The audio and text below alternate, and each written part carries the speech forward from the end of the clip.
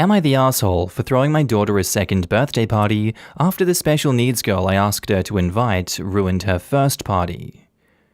So my daughter turned 12 a few weeks ago, and for her birthday party, she wanted pizza, a double feature movie at the drive-in, and ending the night with a sleepover and game night.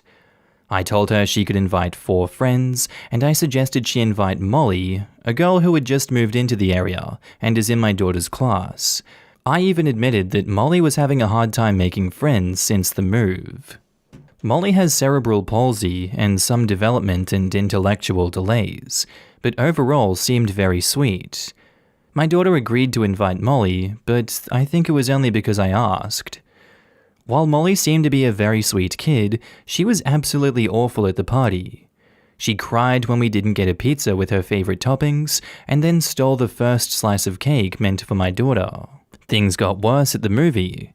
The first movie, Cruella, was too scary for Molly, and she started freaking out and crying multiple times throughout the movie. I tried to calm her down, suggesting we take a walk to the snack bar during the scary parts or close her eyes, but she was inconsolable. I tried calling Molly's mum a few times to pick her up, but I didn't get an answer. Eventually, we ended up having to leave before the second movie, Black Widow, which was the movie my daughter really wanted to see. That night at our house, things still got worse. Molly threw a Wii remote after she lost at Just Dance, and didn't want to play any of the games the other girls did. The next morning, I called Molly's parents to pick her up early. Her mum apologized for Molly's behavior, admitting she is prone to outburst when she gets overstimulated, but she had been doing so much better lately in her therapy. A few days later though, Molly's mum told me that she can't stop talking about the party and how much fun she had. That evening, after all the other girls had left, my daughter was clearly upset about having her birthday ruined. I felt bad for asking her to invite Molly, so I told her the next weekend I would take her and her friends out for pizza and to see Black Widow in the theater to make it up to her. But my partner thinks this is a real jerk move. He pointed out that sometimes life isn't fair and things get ruined. He also doesn't think it's a good idea to show our daughter that it's okay to exclude people who are different. Anyway, I'm a little torn here. And edit, people are accusing Molly's mother of being out of contact on purpose. I don't think that was the case.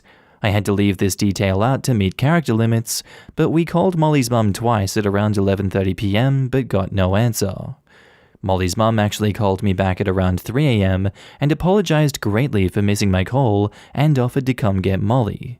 Since the girls were already asleep, I told Molly's mum I would call her back first thing once they were awake. OP has offered the following explanation for why they think they might be the asshole. I feel like I might be an asshole because it just seems like a real jerk move to purposefully exclude Molly here and redo a party without her. I don't think that's an asshole move to do. I feel like your partner is being overly sensitive about this situation. Not inviting someone over to your party that you don't want there isn't intentionally excluding them from it. That's normal exclusion, and that's normal across the board. I don't see how he thinks this is an issue. It doesn't seem like she's not inviting Molly because she has cerebral palsy. It seems like she's not inviting her because she's not her friend, and that's a perfectly valid reason. Your daughter gave Molly the benefit of the doubt and allowed her to come to the party. She didn't complain about Molly's behavior. Everyone was very accepting of it, and they dealt with it in a very mature manner by the sounds of it. I'd say you might be the asshole if you were to listen to your partner and cancel this redo party because he's like, oh my god, you're excluding Molly, you're a terrible person. No, Molly got to have her fun at the party, we get to have a redo, and everyone gets to be happy. I feel like this is a great middle ground to settle on. So my advice, don't listen to him, OP, you're not the asshole. Now in the comments, LumpyBranch552 says, not the asshole. You're not redoing the birthday to exclude Molly. You were taking your daughter and friends out for pizza and to see a movie they really want to see but Molly doesn't. Exactly. It was kind of your daughter to invite Molly and be gracious when she made them miss the movie, and it is kind of you to take your daughter and her friends for another pizza and movie night. Let her know you were doing this for her as an extra gift in part because you're proud of her kindness and good behavior last weekend. And tell the other girls you appreciate their being kind to Molly too, and that she had a great time and can't stop talking about the party. This is a good learning experience for them all. Your partner sounds like one of those guys obsessed with fairness and things being fair. That's all about him and has nothing to do with the situation. This is your daughter, your instincts are correct here. Remember that, because I think you will have more problems as she ages into a teenager with this partner. I think this could also be a good opportunity to explain some of what was said in the post to the daughter. Molly was overstimulated, how that might feel, that while it was frustrating for Molly to act that way, she has a disability that probably felt even worse. And maybe gently add that Molly is also still a kid, and ideally a parent would be kinder and more aware of their child's situation, but that depends on how mature the daughter is. This is a tough one, but not the asshole. I think that Molly isn't ready for a group setting such as a birthday party or a sleepover type thing. I think it's terrible that Molly's mother couldn't be reached, and suspect that Molly's mother already knew that her daughter behaved in this manner. She may need more therapy, and it wasn't fair for your daughter to miss having such a great time for her birthday. I think it would be just fine for you to have another party for her. Molly's mum being conveniently gone speaks volumes. I doubt it was an accident. She didn't want to take blame for her daughter ruining the party and made sure to inform OP how her daughter had such a good time. Seriously, OP, you're not the asshole. So what do you guys think of that one down in the comments below? I mean, I feel like everyone's covered this one pretty well. There really doesn't seem to be any other dissenting opinions on this one, so I feel like there would be no reason for OP to be the asshole in this situation. But I'm always open to be told different. Let me know if you guys have a different opinion. Anyway, moving on, our next post is by user AmITheA FridgeOut4563, titled, Am I the asshole for cleaning out the fridge without telling my husband? So, my dear, or damn sometimes, dear husband brought home a metal box that he checks on often during the day when it's in the fridge. When I asked about it, he said that it contained freshly pickled olives his friend Jason got from his uncle's farm and wanted my dear husband to keep till he gets back from his business trip. I had no problem with him keeping it safe at the bottom of the fridge.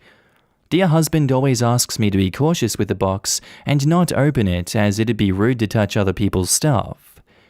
Yesterday, I decided to clean out the fridge, which took me about 2 hours from unplugging the fridge, emptying all the items, groceries, vegetables, and containers, and washing and cleaning out the inside of it, then letting it settle before plugging it in again. I took the box my husband brought out of the fridge and placed it on the kitchen island alongside other containers. While I was working, I received a video call via WhatsApp from my husband while at work, feeling bored, asking what I was doing. I showed him I was cleaning out the fridge, and he suddenly freaked out and asked about the metal box. I was confused, so I told him to calm down and showed him where the box was. He got mad, telling me I shouldn't have cleaned out the fridge, nor even touched the box without telling him. I again tried to ask him to calm down as I saw no big deal with that. His precious box was safe and sound, but he went on a rant about how the box needed to be put back inside the fridge ASAP and told me to plug the fridge in right then. But I couldn't because it was wet and I still wasn't finished with cleaning other parts. Apparently, I pissed him off by stalling, and he hung up, and 30 minutes later, he came home and pitched a hissy fit, saying I should have picked a time where he was at home to clean out the fridge, so he could take the box somewhere else to keep it cool. I said, so what? It was sitting out of the fridge for barely 2 hours, and olives can stand being outside the fridge for longer periods. He said I don't get it, and took the box and wanted to leave with it. I asked where he was taking it, and he said he needed to go back to work and had no time to explain. I shrugged this whole thing off, but he came back with it in the evening and put it inside the fridge, then complained about me cleaning the fridge without telling him and acting dismissive of his opinions. I argued, what opinions could he have on cleaning out the fridge? He argued back, saying he promised Jason he'd keep his olives in good condition and that I should have just told him. End of story. I wonder if I messed up. He usually doesn't get that mad unless I've messed up, and I think I have. And edit, first of all, yes, I'm aware that dear husband is acting overprotective of this box, but he always acts like that whenever someone asks him to keep an item safe for them like furniture or car parts. And second of all, no, I haven't seen those olives myself and haven't opened the box because I didn't think I'd even have to. But dear husband tends to be overprotective of his friends' belongings, so I didn't give it much thought. And edit, because many were wondering, yes, I unplugged the fridge before cleaning it out, since I did heavy cleaning. You can see that it's a common method, just Google it if you're curious. I do it all the time. And to give some info, the metal box does look like a container of some sort, but my dear husband calls it box, so I didn't think it's much different. Yeah, look, I'm gonna have to go with you on this one. He really is being stupidly overprotective of a metal box or a container of some sort, and if it is just olives, this is really stupid. But he is giving out real sus vibes that it's something that isn't olives. Maybe it's a severed human head. Maybe it's something else. I don't know. Allegedly, it could be something else. Maybe drugs. Maybe your husband could be peddling drugs on the side. Who am I to go to wild accusations about why he doesn't want you to have this box and take it out of the refrigerator and then get really angry when you touch it? That just seems like a normal reaction from a very normal person. So yeah, I'm gonna have to go with not the asshole for this one, OP. You do you.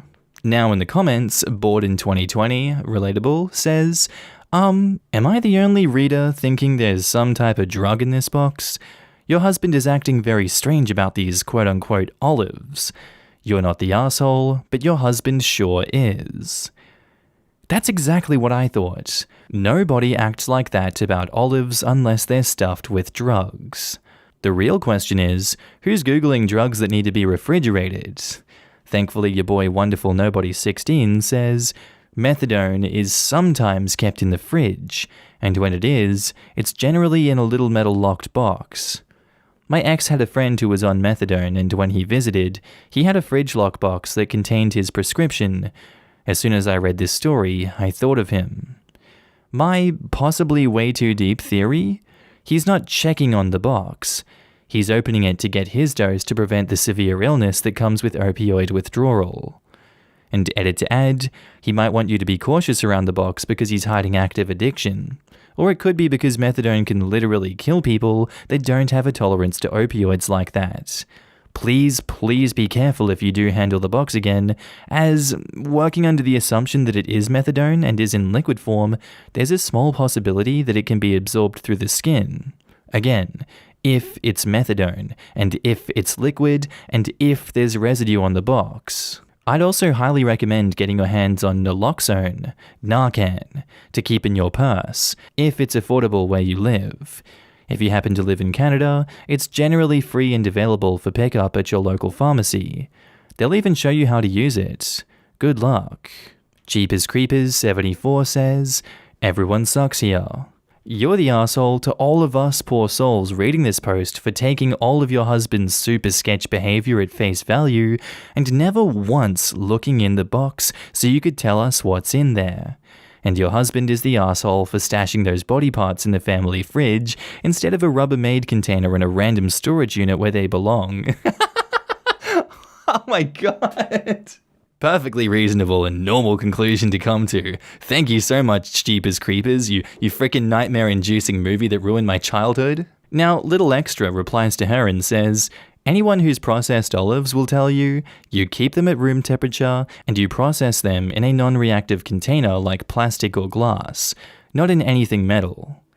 I don't know what this guy has stashed in your fridge, but you should worry. That's some red flags right there. OP sits on the couch, casually scrolling through her phone. Hey hun, Google says you need to process olives at room temperature. Boyfriend freezes and says, it's a new olive variety. You know how they have that cotton candy grapes and all the different apples, you know?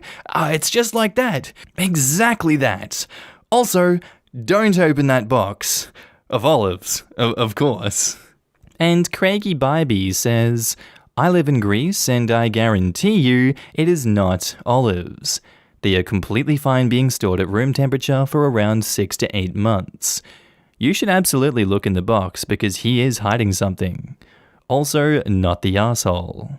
Not any more information to go on for this one, unfortunately, and everyone that's gonna yell at me in the comments, hey, don't shoot the messenger, man. I tried looking through their comments, but there's only like 7 comments they did, and most of them got hugely downvoted in this, so they're not gonna tell us what's in the box. Like, they acknowledge that olives can be stored outside the fridge. Dear husband said it was freshly pickled olives, but Opie never opened it to see for themselves, negative 366 downvotes. And also, no, why would I look in it when he says it contained olives? They don't understand why some people think it's weird. Yeah, the husband can be a little too dramatic and overprotective of others' belongings, and since it belongs to his friend, then why bother looking inside of it? It's not like he took it from a stranger. I agree with you guys. This is really stupid reasoning by the OP, and I don't understand why they wouldn't just look inside the box. Maybe one day we will know the mystery. You can keep up with the story if you want. Their username is in the title. It's AmITheA FridgeOut4563. Go follow them on Reddit. I'm only 12 hours deep in this story. Maybe this is the start of a giant rabbit hole of the olive conspiracy. Let me know what you guys think of this one down in the comments below, alright? What are your olive conspiracies? Anyway, our next post is by user Cerealius1? How do you say that? Titled, Am I the asshole for waxing my 5-year-old daughter's unibrow? So, my 5-year-old daughter has a pretty thick, dark unibrow that is very noticeable. Because of the pandemic, her preschool was online, therefore she was never bullied for having it. However, this past summer, her cousins came over to visit, and many of them teased her for her unibrow. They'd call her countless names, and at just 5 years old, my daughter already thinks she's ugly. It breaks my heart because nobody, let alone a 5-year-old, should think they're ugly. I reassure my daughter that she's beautiful and not to listen to her cousins, but my daughter still believes she is ugly. In a week, she is starting kindergarten, and I really do not want the bullying to get worse there. So yesterday I took it in my hands to wax her unibrow. I didn't shape them or anything, I just waxed the middle off to get rid of her unibrow. My daughter was elated looking in the mirror and calling herself so pretty. It warmed my heart to see her so confident in herself, but I made sure to remind her she was beautiful both ways. When my husband came home, my daughter was so excited to show him her eyebrows. In front of her, he called her beautiful, but after she left, we had a huge fight. He said it was horrible of me to be subjecting my 5-year-old daughter to beauty standards, and that at such a young age, I'm pushing it on her, instead of telling her she's beautiful the way she is. And no 5-year-old daughter should be waxing her eyebrows, and I'm pushing the mentality that she's only beautiful without her unibrow, and that my daughter is too young to know what she wants, and she should have been able to make her decision to wax it off when she's old enough. I truly understand all the points he made. However, my daughter told me she wanted to get rid of her unibrow, and I didn't want her to grow up with the bullying and teasing and blame me because I could have prevented it. Personally, yeah, I agree with your reasoning for this one. And I don't think this is one of those situations where it's wrong of you to make a unilateral decision without your husband being involved in it. I can see where he's coming from with the you're beautiful as you are, don't let others put you down, you forcing this beauty standard on her is the wrong thing to do. Yes, I can understand where he's coming from, but she requested it because she was bullied for it, and if she's going to avoid bullying, that's probably the best thing for her. To me, it seems neglectful, to me it seems abusive to force her to go back with the monobrow and open herself up to more bullying. I feel like he's not thinking about the situation enough. I think he sees the problem at the surface and he's like, oh my god, what have you done changing my daughter? How dare you, wicked woman that I had a child with? He doesn't consider the anguish and maybe the torment that she goes through at school, because bullying absolutely sucks. Anyway, I've been rambling, there's my take, not the arsehole. Now in the comments, Am I the Arsehole SBD Gift says, not the arsehole. I, a female, have very dark and thick arm and leg hair. I got called half-ape all through elementary. I would come home and cry for an hour daily. Mum offered to me that I could wax. I did. It helped my self-esteem, and now that I'm in my 20s, I've just stopped caring. I have more important things to worry about. But I still think my mum did that right thing. Oh my god, me too. I was called Chewbacca at one point. Kids are frickin' mean. Nowadays, I don't give a heck, but back then, I really internalized the bullying. I think this is a great call-out. The I don't give a frick stage comes with life experience and brain development that a little kid will not have yet. And the scars from childhood cruelty take a really long time to undo. Just because OP is saving her kids some pain and insecurity now, doesn't mean that child can't make decisions about her unibrow later in life if she wants to. Yep. Parents who expect kids to let this type of thing roll off their back are forgetting just how hard it can be to finally reach that level of self-confidence. You actually have to believe you're worth something. Not just be told it, but actually feel it, before you can tell someone mocking you to stuff it. Insults stick. Letting a kid suffer them daily for value's sake when you have an obvious solution is crappy parenting in my book. Especially when you as an adult use those solutions yourself. Does dad have a unibrow? If not, maybe draw one on and see how he handles the stairs for a day, and then ask if that's something he wants his 5-year-old to endure. Exactly. If, as an adult, you would feel self-conscious about the issue and change it, please give the same respect to your child. We aren't talking about cosmetic surgery here. Some people have different backgrounds and the genes combine to make something easily changed to the norm, but many people think kids' body image doesn't count. I rather take minimal grooming standards, but still would get rid of a unibrow, especially if I was a woman. A, the child feels better with it gone. B, while bodily acceptance is important, that doesn't mean you just let nature do its thing. I would consider this just a slight alteration in haircut kind of thing. It may be an important lesson that while you shouldn't try and emulate supermodels, it's good to do at least minimal things to look the best you can, rather than just being told ad nauseum that, well, if they say you look bad, then they're just mean, and don't mind them. As a short, black, Aboriginal Australian guy, I suffered malnutrition during my early years and grew to 5'4".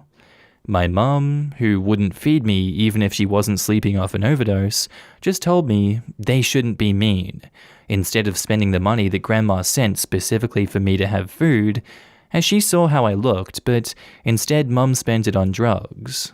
Until 14, when I ran away, I lived on a very meager diet, and to get food, I had to beg one very kind couple of elderly neighbors who left ready-to-eat food behind a placing fence, or sneak off and ride my bike to my grandma's and have sloppy joes, etc.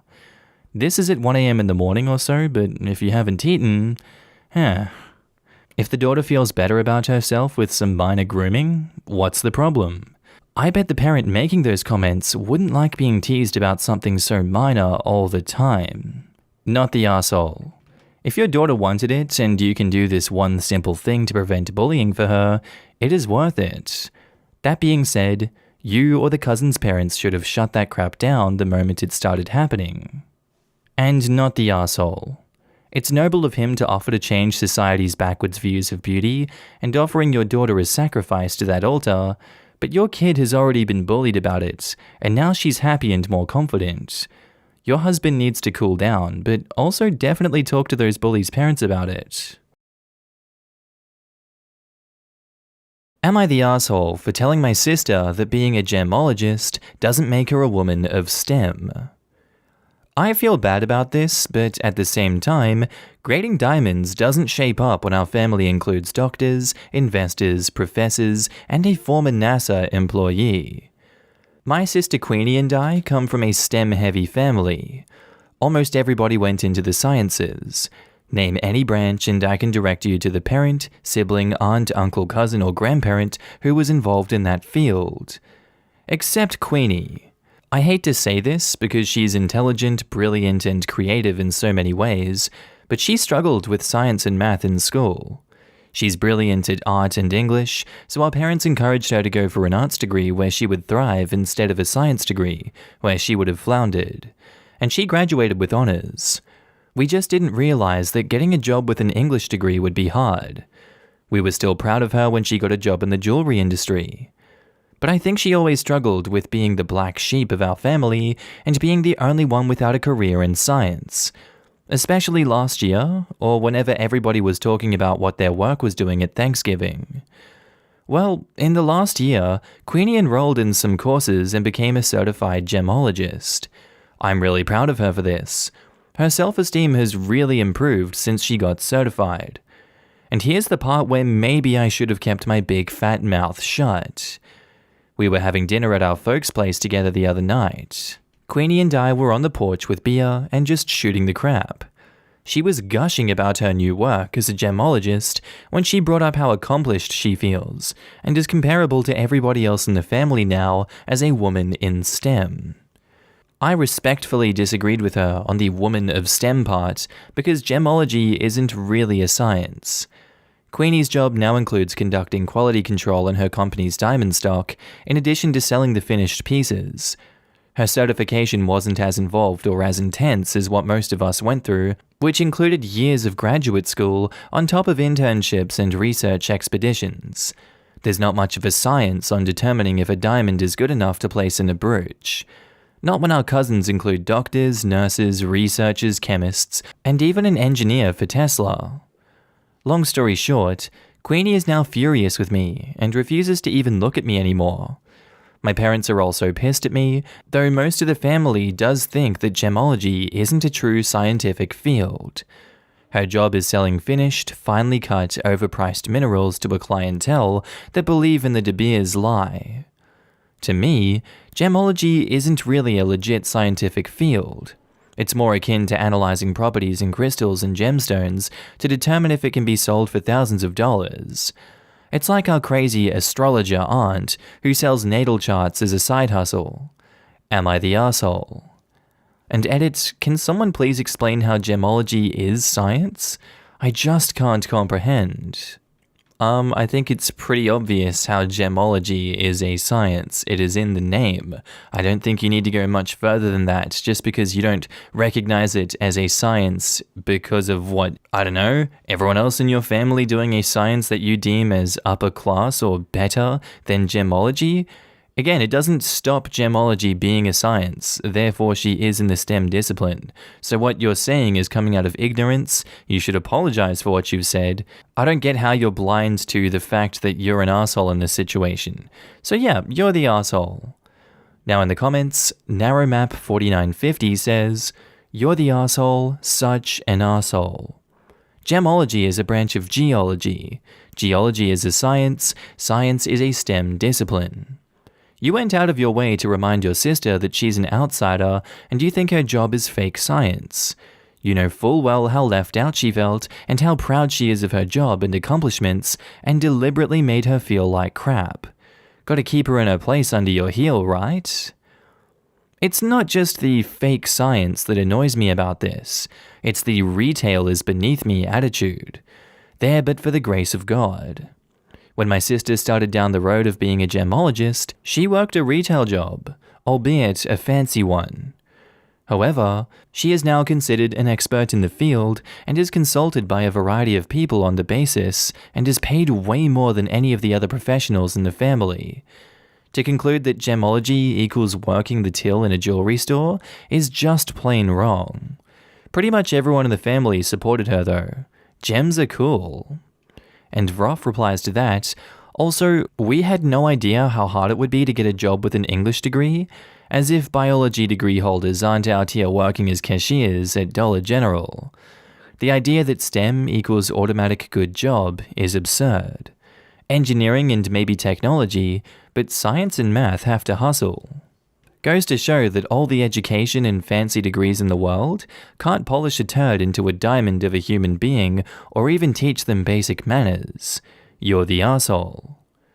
Presumably, once the turd is sufficiently polished, you would need a gemologist to see if it was a diamond or not. As my boyfriend often says, you can't polish a turd, but you can spray paint it gold. And Luxury Divine says, "You're the asshole." Quote, "I respectfully disagreed with her on the woman of STEM part, because gemology isn't really a science. To me, gemology isn't really a legit scientific field. You cannot respectfully disagree here, and you shouldn't have tried to correct her about her own job, which you clearly know nothing about. That is extremely disrespectful. Gemology is a science. You don't get to decide that it isn't just because you feel like it.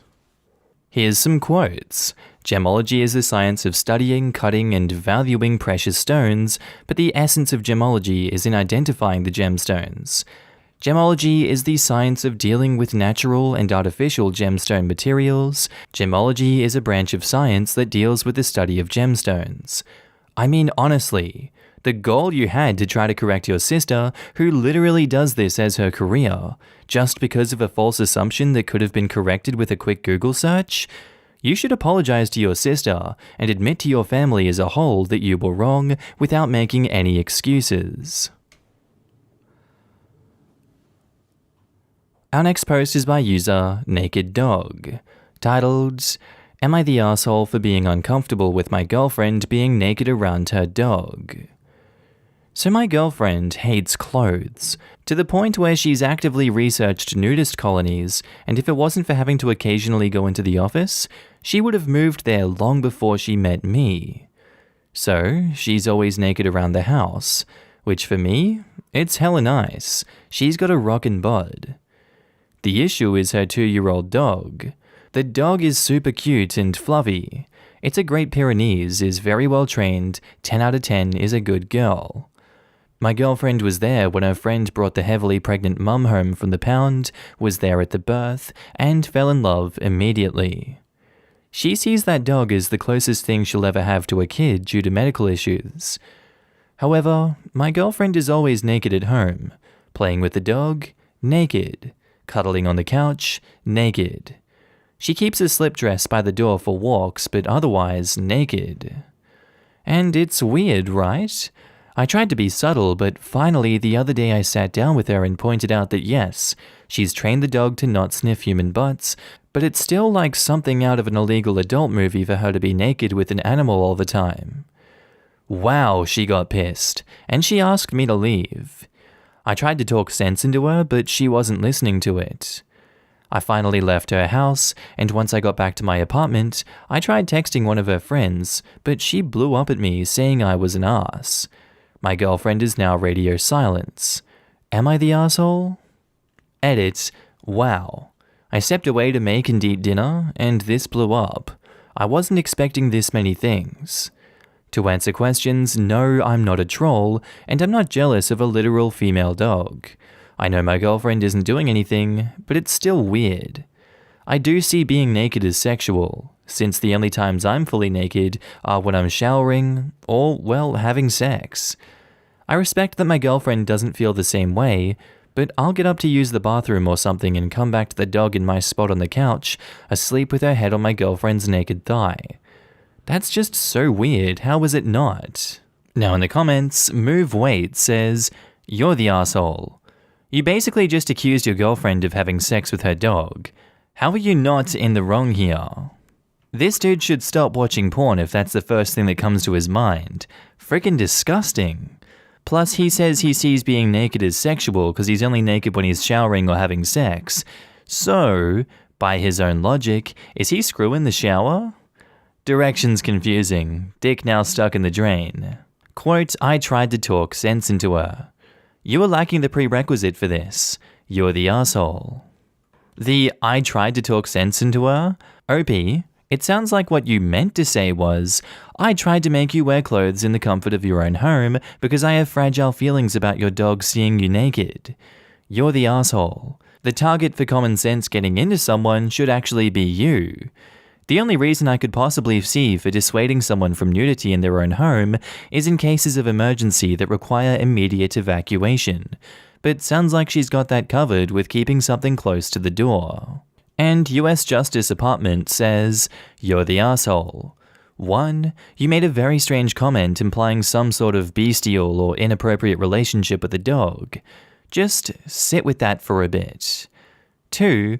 You doubled down instead of apologizing. She didn't need it explained to her. She's not dumb. She disagrees with your opinion. And 3. She kicked you out. You, instead of accepting she didn't want to talk to you, messaged a friend to try to get access to her. Creepy, dude. That's creepy. Yes, you're the asshole. Our next post is by user Loki's Spirit Guide, titled, "Am I the asshole for taking a better job at the same time my coworker is leaving for maternity leave?"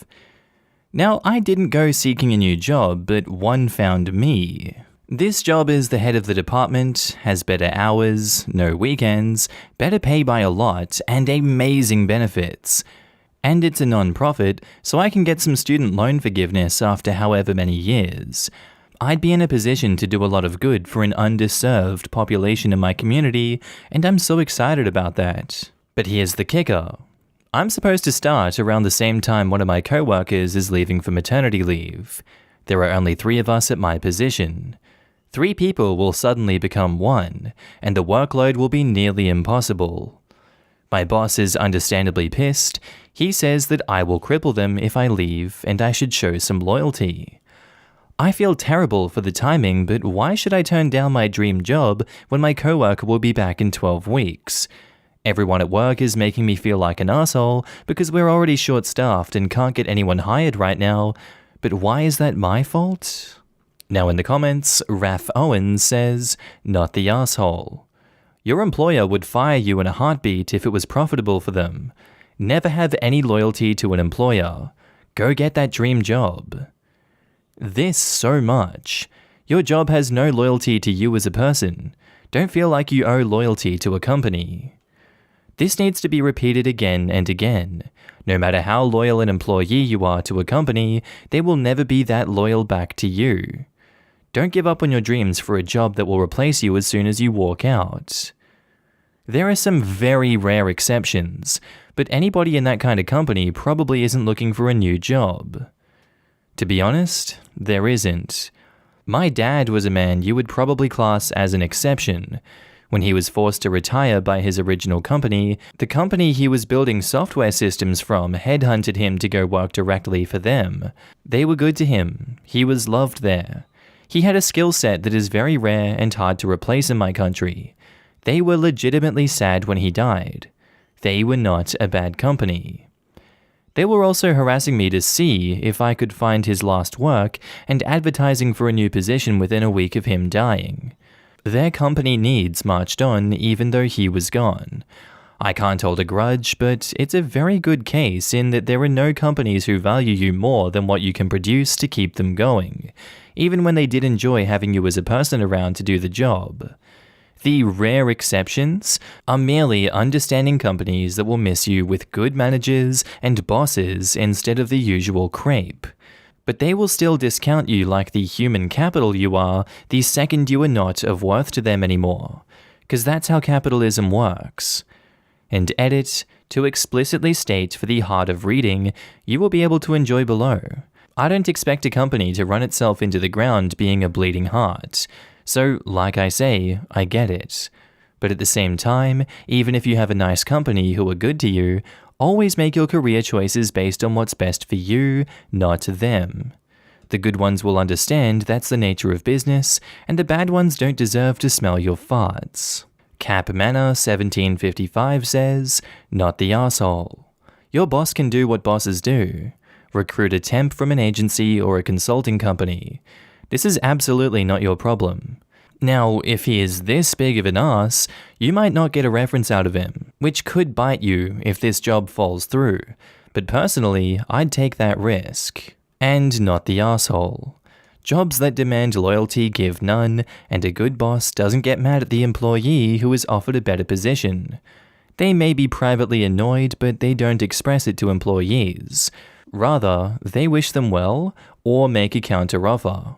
If you are so valuable they cannot afford to lose you, then your boss should prove it to you by offering you a comparable or better deal.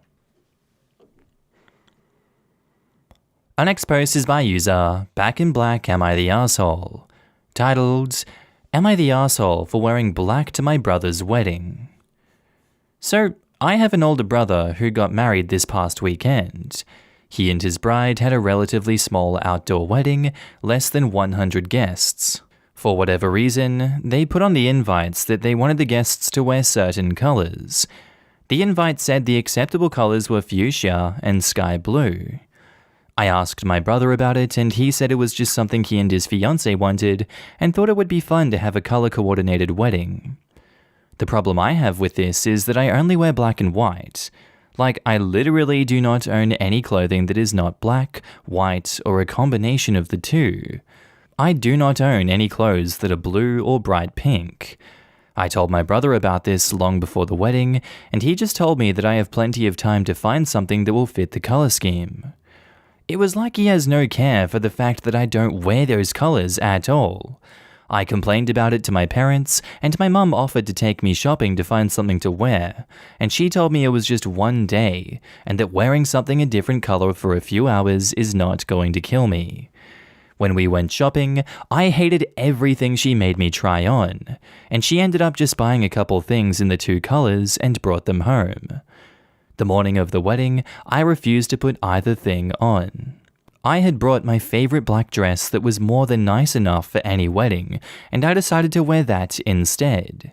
Both my mum and dad told me to put on something else, but I refused, and eventually my parents just dropped it and told me they didn't want to fight about it anymore. We arrived at the venue early for pictures, and my mum ran off right away to find my brother. I assumed to warn him that I didn't adhere to his colour scheme. So when we were doing family pictures, my brother made a point to tell me that I would not be involved in any of the larger group shots with the wedding party and the rest of our family. He told me that he's fine with me being in pictures with just our family, but that I would stand out too much in all of the other group shots because I was literally the only person who didn't wear their preferred colours. I knew this was probably his bride making the decision, and I called my brother out on it. He told me it was his wedding day and he wasn't going to fight with me about it, and that this was just the way it is. He told me he was disappointed that I couldn't do one little thing for him on his wedding day, and I told him he was an asshole for making people dress a certain way, even if they don't want to. I got a lot of weird looks from people during the ceremony and reception, and my brother and his wife pretty much avoided me completely the entire time. Even my parents kept their distance from me. I really don't think I did anything wrong because my brother's request was stupid from the beginning. In my personal opinion, you're just acting like a child in this situation, OP, and because of that, you're being treated like a child. I don't know what else you were expecting. If you weren't going to respect your brother, why should he respect you? That's just common sense, isn't it? You had plenty of times to right this wrong, yet you actively chose not to, so my judgment is you're the asshole. Now in the comments, nevertheless, Dissent says, you're the asshole. You threw a tantrum because you couldn't wear your favorite color. You drew attention to yourself because of your actions. And the mum actually bought them things in both colors.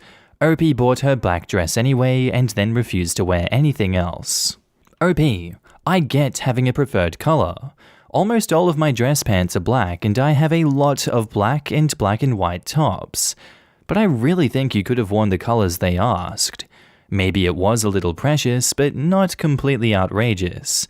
You're the asshole. It's so funny to me how OP is like, they want us to wear a certain color? How silly. Then I only wear certain colors. Like, shouldn't OP 100% be able to empathize?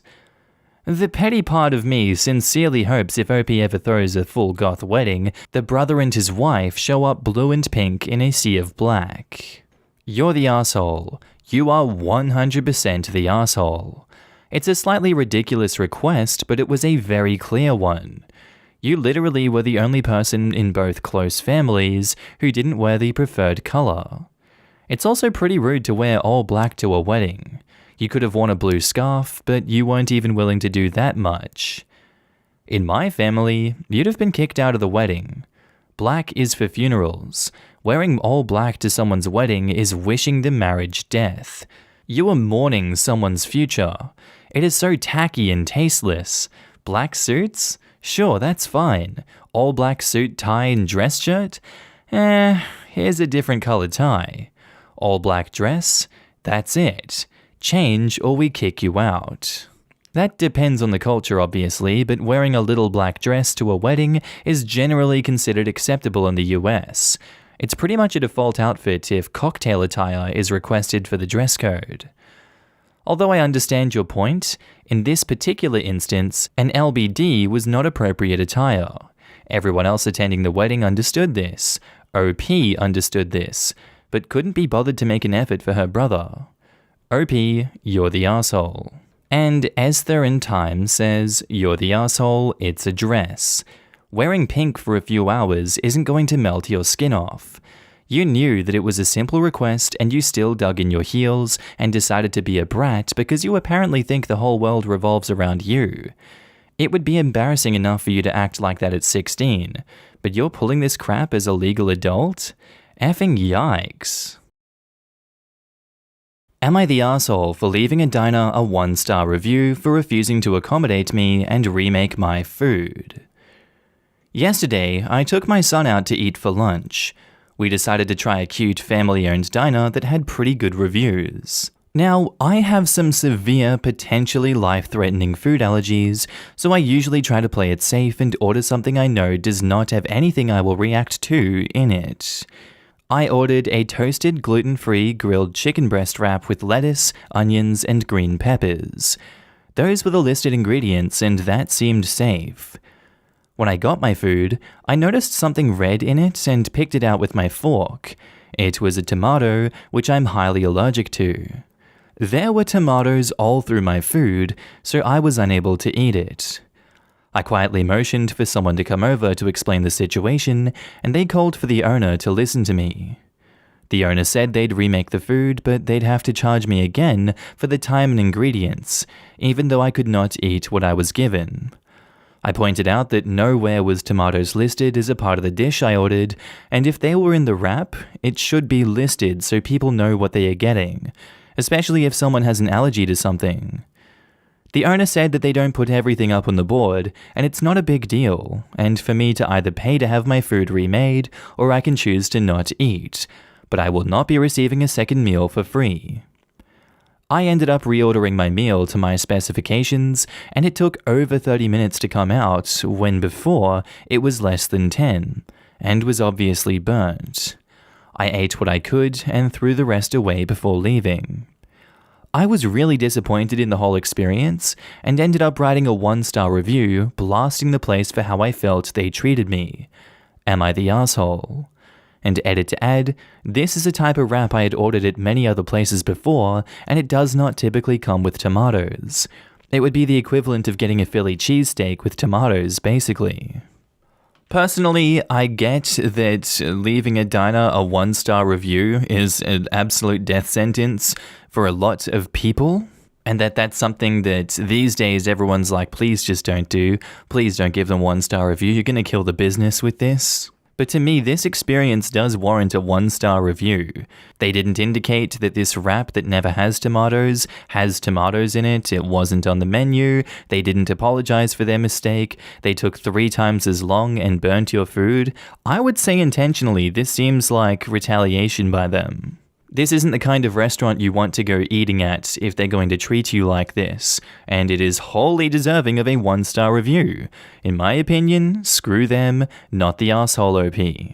Now in the comments, I'm a big fat rat 21 says, not the asshole.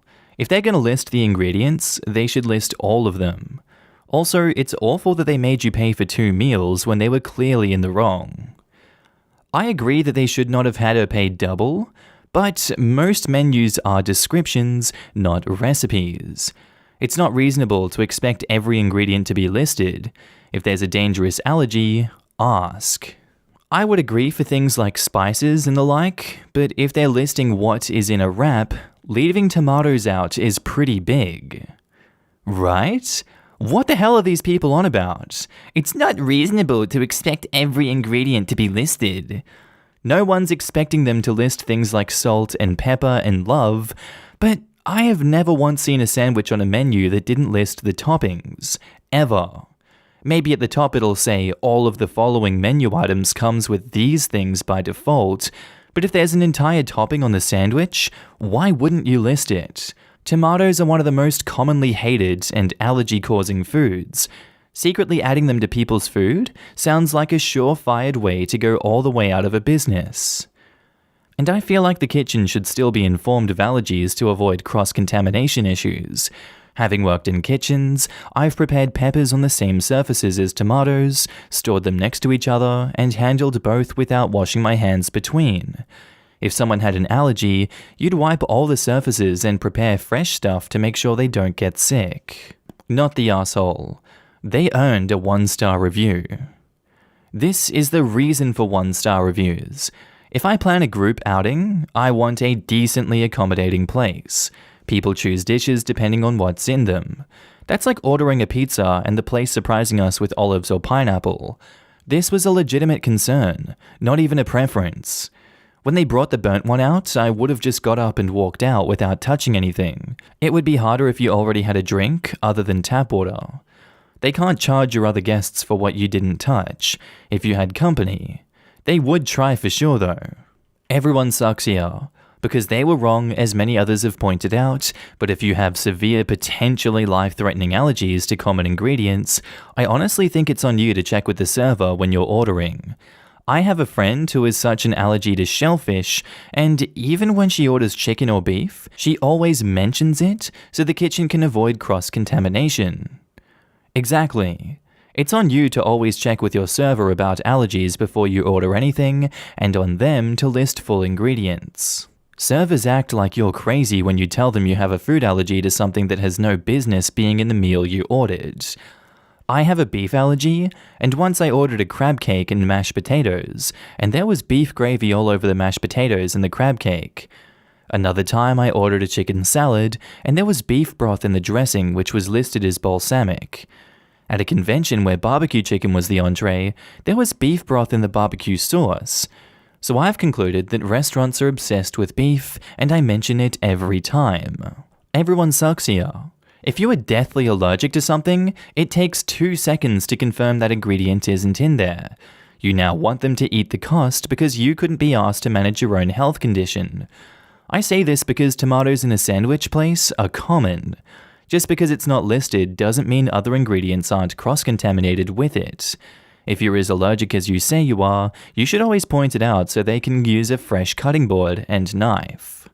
I get if you're angry at me for my not the asshole judgment in the comments down below. There do seem to be lots of responses from people with every single suggestion. Everyone sucks here, you're the asshole, not the asshole. I'm going to keep my initial reaction up because I personally forgot that cross-contamination was a thing. But now seeing it, I would probably go back in time and change my judgments to everyone sucks here.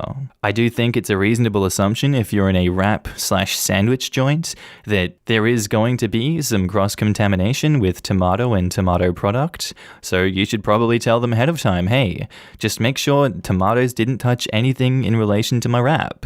Problem solved. Our next post is by user ThrowRA Won't Hear It, titled, "Am I the asshole for telling my daughter that if she won't stand up for herself, I don't want to hear about it? I divorced my wife almost 20 years ago because her work life became so severely toxic to my mental health that I was developing extreme anger management issues. To keep it short, it didn't matter who it was, she would not stand up for herself at work. So day after day, she'd tell me these work stories about how upset she was. I'd give her suggestions and nothing would change. Things escalated, and slowly but surely, I was building a resentment I didn't know was there, and found myself angry anytime she would talk about work.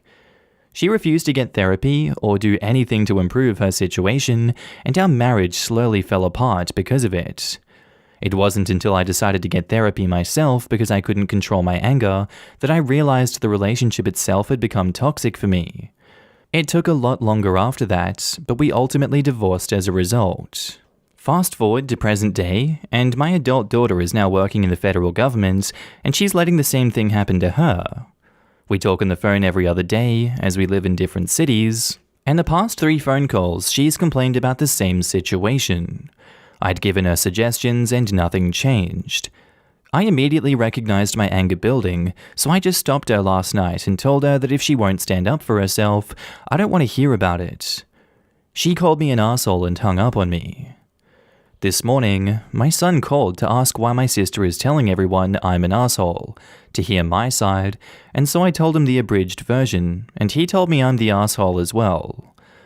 I know I may have been a little tactless in how I shut down the conversation, but I just can't invite that anger into my life again. Maybe it makes me weak, but I'm just not able to cope with it.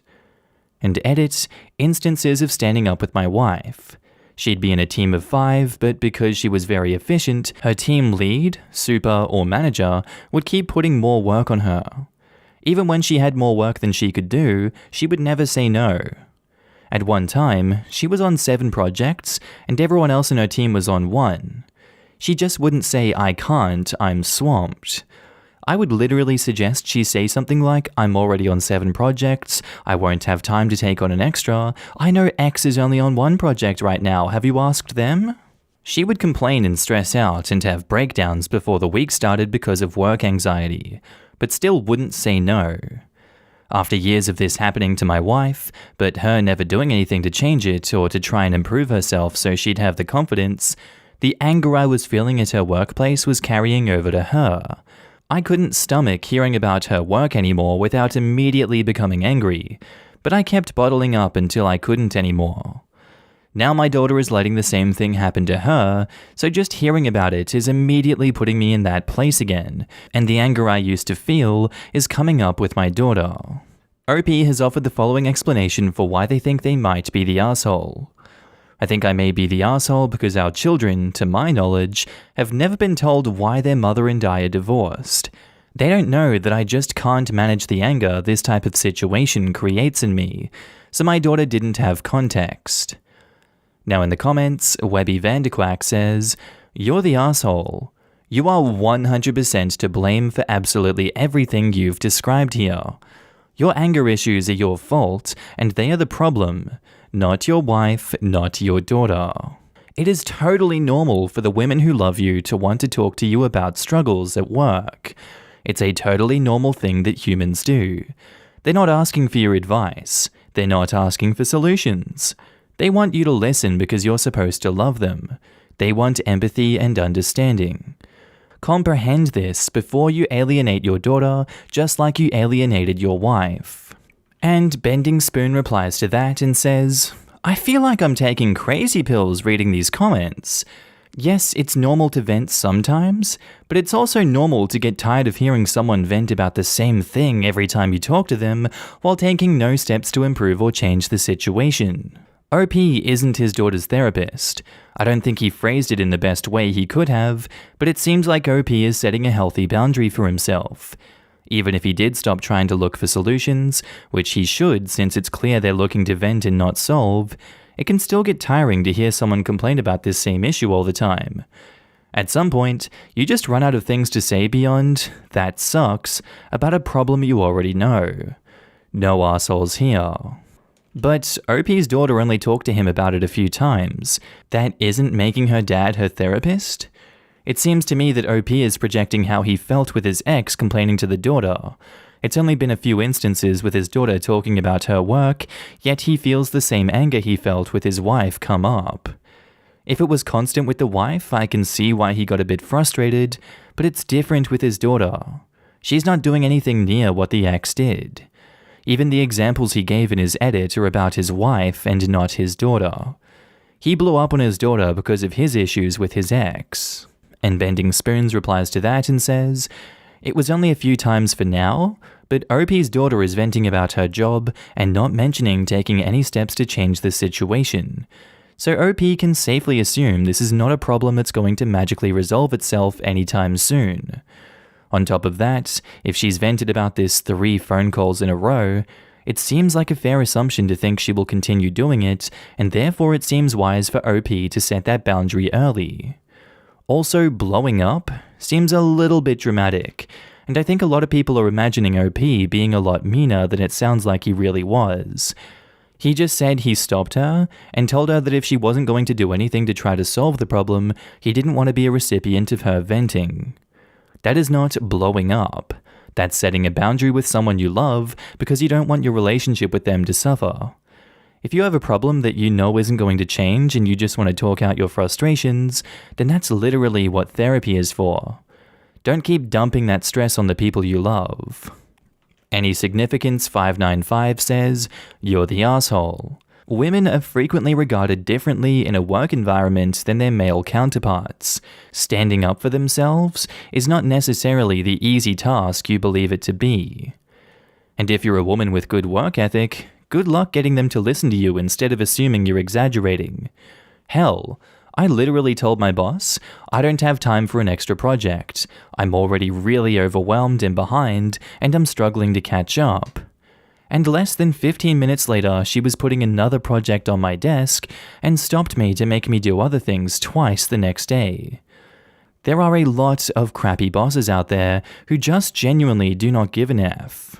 And Capricious Helen says, "I'm about to be really unpopular here and vote no assholes here. I had an ex who did this, always wanting to vent about things in his life without ever actually doing anything to fix it. He hated his job and frequently said he wanted to quit, but never looked for a new one. Wasn't happy with his weight, but wouldn't implement any lifestyle changes. Wanted to move out, but refused to look for a higher paying job or take any steps towards doing so. When we first met, I was sympathetic, but after 3 years of listening to the same complaints on a loop, I wanted to scream. It got to a point where everyone he knew had told him they were sick of hearing him spinning his wheels, and if he wasn't going to change anything, then he needed to stop banging on about the same problems because there really wasn't anything left to say on the subject. People underestimate how maddening it is to listen to someone complain about the same things over and over without doing anything about it. It is unfortunate that your daughter ended up inadvertently bringing up this issue when she had only complained a few times. She wasn't being an asshole and wanting to vent to you, but I get why you had such a visceral reaction after your past experiences. This. I don't think OP is an asshole. He could have maybe phrased it differently, but ultimately, listening to people complain is exhausting, especially when it's the same thing over and over again. Maybe he can reach out to her and say something like, "I'm sorry I was so abrasive with you during our last conversation. You are my daughter, I love you, and want what's best for you. However, I've come a long way in therapy to get to a place where my mental health is thriving. Hearing you vent to me about work brings up some unhealthy responses for me, and although it has nothing to do with you personally, I don't want to make my issues your issues. You have enough on your plate. Going forward, I'd love to hear about how you've been." Our next post is by user UpstairsChampion35, titled, "Am I the asshole for refusing to turn off Kanye West after my girlfriend's friend requested I do? This is sort of a petty squabble I had, but my girlfriend told me after I was being unreasonable, and I can see why she said so. Yesterday, my girlfriend, her friend, and I were all going somewhere, so I picked her and her friend up. While in the car, I began to play some Kanye West and rapping along to the lyrics. After a couple minutes, my girlfriend's friend requested I turn the music off because she finds Kanye misogynistic and annoying. I refused because it was my car, and I'm entitled to play what I want, so I continued to play him. After we dropped her off, my girlfriend told me I was being unreasonable and should have just turned him off to avoid any arguments. I can see her point of view, but at the same time, it's my car, and I can do what I want. And edit, I was playing the album 808s and Heartbreak, Paranoid, Robocop, Heartless, and Streetlights. For those of you who aren't familiar with Kanye's discography, it has no curse words and is an album about his breakup. I can agree that these 4 songs in this discography, maybe they just have like 1 or 2 curse words in them. I just fact-checked that one because I felt like it. I still feel like you could have just changed this song. I know it's your car and you're driving, but is it really the time to start like annoying people by not changing the songs just because you want to listen to this? I get that you're entitled to play what you want and you can do whatever you want because it's your car. You still have to consider the people around you and your company. Maybe when you're alone in the car and it's just you and your girlfriend, you guys play what's ever best. But if you're going somewhere with them and you're already annoying those people, why are you going out with them? It's just going to ruin the mood for the rest of the occasion. I feel like you're shooting yourself in the foot here. I'm going to go with you're the asshole because of that, because I don't agree with your actions in this. Now in the comments, Not This Again 234 says, rapping along to Kanye, acting like a snotty 12-year-old, your girlfriend must have been so embarrassed. You're the asshole. And Mera replies, when you're in a car, it's common courtesy to play music all people can tolerate or better, like. Or just no music at all. There's always radio. Sorry, but he is right about RoboCop. It's not misogynistic at all. It's about one girl from LA apparently who was controlling and apparently spoiled. The idea that any criticism of conduct of women is misogyny isn't true. It's a hatred of women, just because they're women. That's not the case here. Hatred is a very strong word. Now, some rap lyrics are just tasteless to say the very least, but if a woman sang the song RoboCop from a female perspective, would it be seen as misandrist? That said, still not cool, dude. Forcing your music and only your music. Look, I think the point is that Kanye himself is a terrible person who directs most of his hatred towards women. You're the asshole.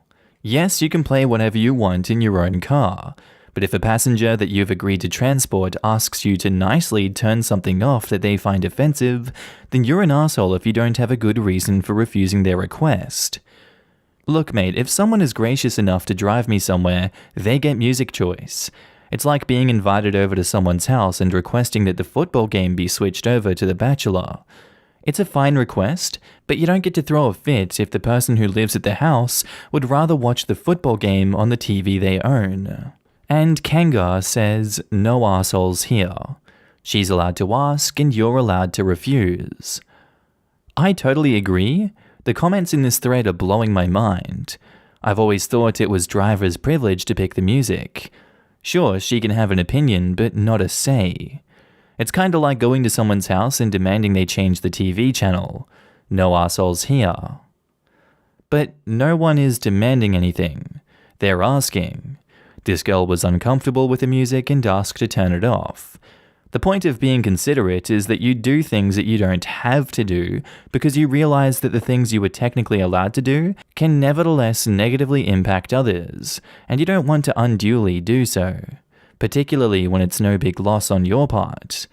The fact you're reducing this to not having a say clearly indicates that you don't really understand this concept.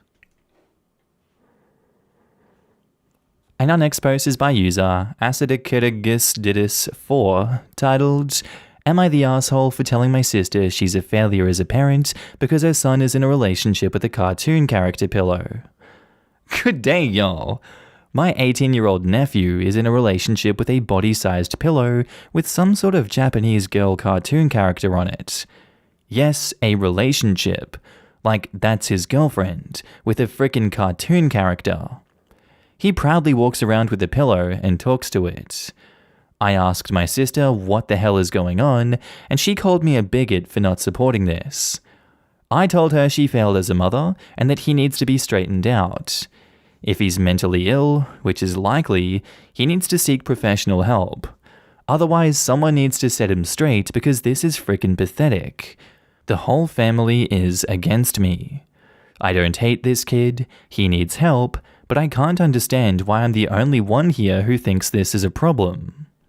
OP has offered the following explanation for why they think they might be the asshole.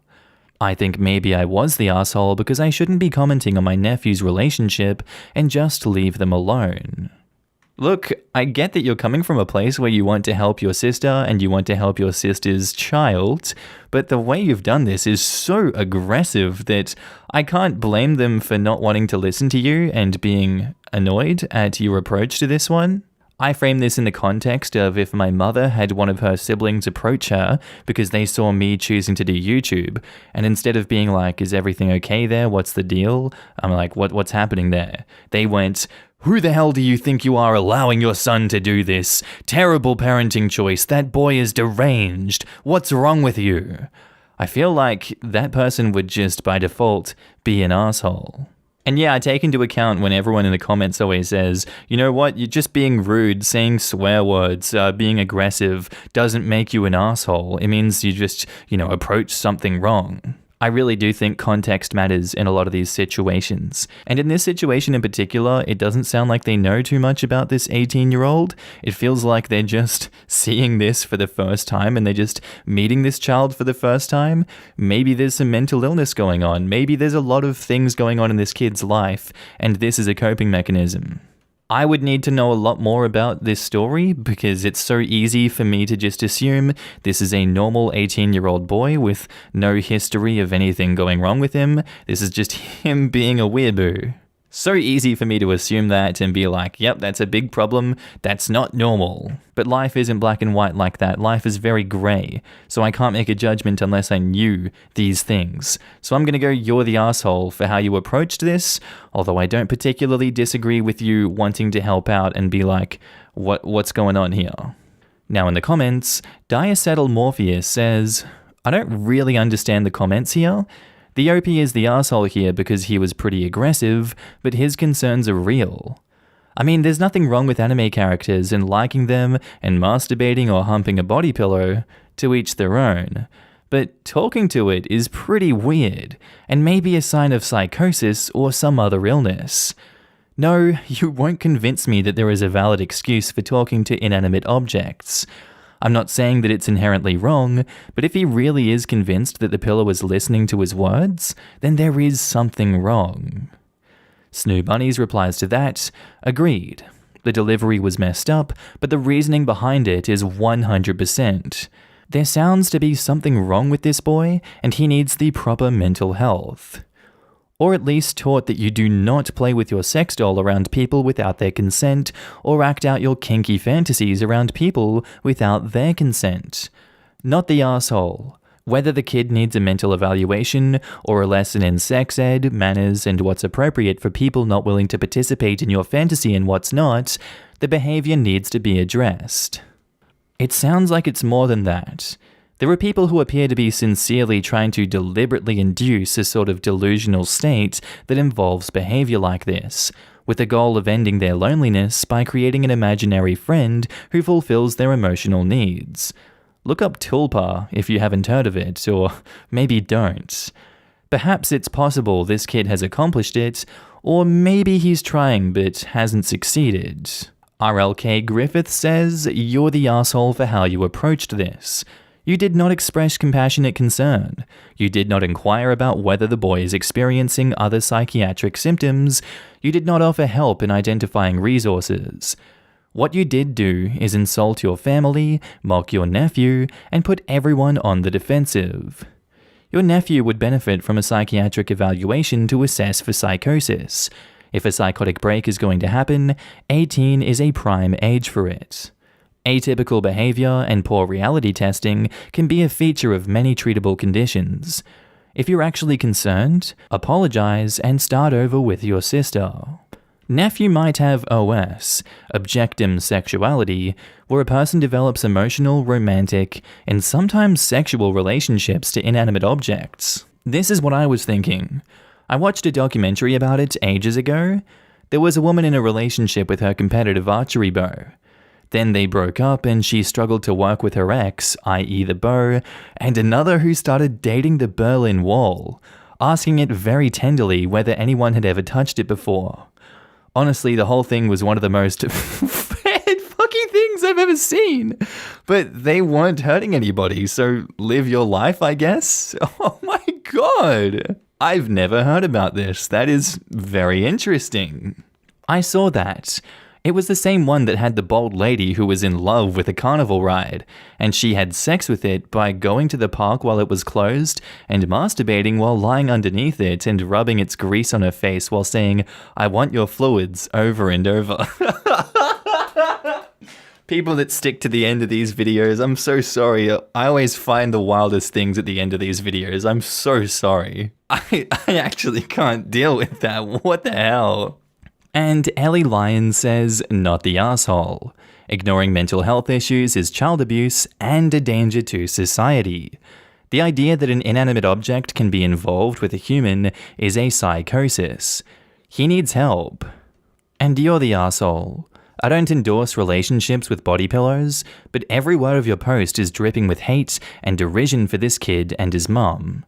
So while there is an issue here to address, it is all but imperceptible next to the burning glare of your assholery. But the mum needed harshness. She's turning a blind eye to, at best, bad and awkward behavior, and at worst, mental illness. I don't know, sometimes you attract flies better with honey than with vinegar, but sometimes not. Am I the asshole for wanting to walk into my first home without my wife? So my wife, 25 female, and I, 27 male, have been married for 6 months now. I have a good job in sales and have managed to save enough to get together a deposit for a house. It is true that my parents have helped me out quite a bit too financially. My wife has not been employed very consistently. She's worked as a model but hasn't saved much at all. I bought the house and the estate agent handed over the keys to me. My wife wasn't there at the handover, and I was obviously super excited to show her the house and for us to start our lives together. We drove up to this house yesterday, and I said to her while we sat in the car outside, "Is it okay if I go in alone first, just so I can have a moment alone in my first home?" I felt that it was a significant moment in my life, and I wanted to experience it alone, even if just for 30 seconds. My wife was upset about this and has been off with me ever since. We've moved some of our stuff in, but she's clearly pissed. I think she's being selfish. My brother says I'm being ridiculous. Personally, yeah, I do think that what you are doing here is an asshole move. In some way, I can get why you would want to do that yourself, but then I think, wouldn't that be more inspiration to share such a special moment with your wife? Wouldn't you want to do that with her? That is something that you want to experience together. How is your selfishness in this situation overriding the bond that you share with your wife? It seems like you don't care about her all too much through this action, because any normal person wouldn't do what you've done here. My judgment is you're the asshole for this one. Now in the comments, Brilliant Jewel 192 says, "You're the asshole, and you know what else? Since it's your house, you get to do all the cleaning, maintenance, etc. She's just a dumb model, so she probably couldn't figure those things out anyway, hey?" Leeching off the top comment to say, "I'm in a very similar boat as OP. My husband and I just bought our first house. I did the majority of it. I started my own business right before the world stopped last year. That business paid for the down payment. 0 came from anyone else. His much smaller paycheck helped with the day-to-day and monthly bills. I made the down payment money. I saved the money, I sacrificed, scrimped, and saved. I called the brokers, I set up the showings and dealt with the realtor, the lawyers, the paperwork, the movers, changing the addresses and utilities. You name it, I did it. He came to the showings and wanted to put an offer on everything. So I also talked him down a bunch of times. We walked into the house holding hands, and I would never ask him to wait outside and let me have that moment to myself. You're the asshole. Right? My wife and I are thinking we might finally be able to buy a house next year. I work, she manages the money, and I 100% would not be in the financial position to do this without her. Much less would I be able to tackle all of the research about the neighborhoods, and where it floods, and where it doesn't, and how to get her mother moved here too. If we do get the keys, I'm probably going to insist that she be the one to open the door and walk in first, considering that I wouldn't be here without her. Just Killing Time 99 says, "You're the asshole. Why did you get married if you don't want to experience life with your wife?" My thoughts exactly. It's like the wife has a supporting role in the motion picture starring OP. She has to be invited into the home that she's going to live in because it sounds like she hadn't even been to the place before closing. Please value her more, and if you realize you don't or can't, reevaluate your marriage. And Zealand Red Squirrel says, "You're the asshole. It is a big moment for you, probably for her too. Even if it's not a big moment for her, sharing in each other's big moments is usually a big part of marriage. You telling her to wait in the car is a huge and unnecessary slight. Why are you even married if you're still thinking in terms of mine and yours?" I think now it might be a big moment for her. The moment she realized she's married a guy who wants to be single. Our next post is by user ConversationToll4735, titled, Am I the asshole for kicking my mother-in-law out of family dinner after she said my lasagna tasted like freezer lasagna? So my mother-in-law is a fairly typical passive-aggressive mother-in-law. Nice to my face, but the food is only ever fine. She purses her lips at my parenting, and she plays favorites with her sons. One big issue I have is that my food is only ever fine, but everything my sister-in-law cooks is heaven sent. My sister-in-law married the favorite son and gives mother-in-law unlimited access to the grandkids. We had a big family dinner the other night, and my husband brought up how she is about my food. He said it in the kitchen out of earshot of mother-in-law.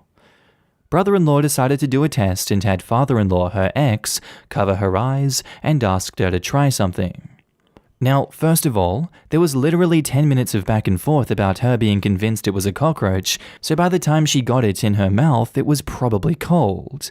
Then there was some shrieking because they were laughing, so she was convinced they did something to her. And then more shrieking because she wanted her eyes uncovered. So father-in-law finally let her go and she said it was fine. It tasted like frozen lasagna. Brother-in-law shrugged and said, sorry, I guess she doesn't like your cooking. Mother-in-law asked if I cooked it, giggled, and said they shouldn't have put her on the spot. Everyone was laughing, and I was just over it. I said that was what I cooked for dinner, and if she didn't like it, she could leave. Mother-in-law said it was fine, and her new husband tried to make a joke that it was better than cockroaches, but that didn't go over well. I said she should leave, and she acted all confused.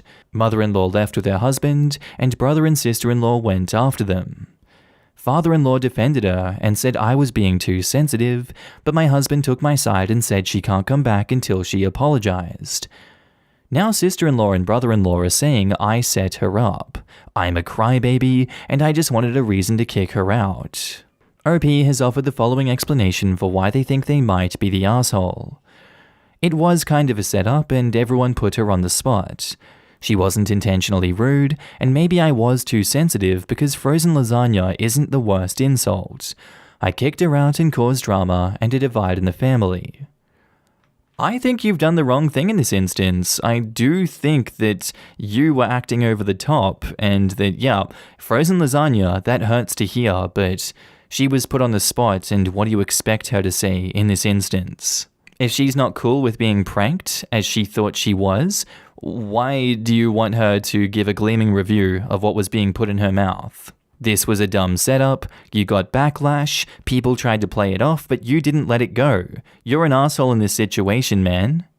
Now in the comments, Sidefresh says, you're the asshole. So you didn't tell her that you cooked it, you made her taste it with her eyes closed and give you her honest opinion, and then you kicked her out because you didn't like her honest opinion? You absolutely set her up, in a manner that appears to be very childish. Brother-in-law is the real problem here. Do you really think mother-in-law couldn't figure out that she was eating OP's cooking at OP's house, where she went for a family dinner? Was there really other logical conclusions she could have come to of why they blindfolded her to eat lasagna, with people who know that she doesn't like OP's cooking giggling all around her? Honestly, I would have no frickin' clue what was going on. I would have the exact same reaction that she did, which is fear that they were trying to prank me with some nasty food. And once that's on the table, anything else is also on the table. It's a pretty strange situation to be persuaded into having a blindfolded taste of the dinner you're supposed to eat soon anyway, so I'm not really surprised she thought something was up.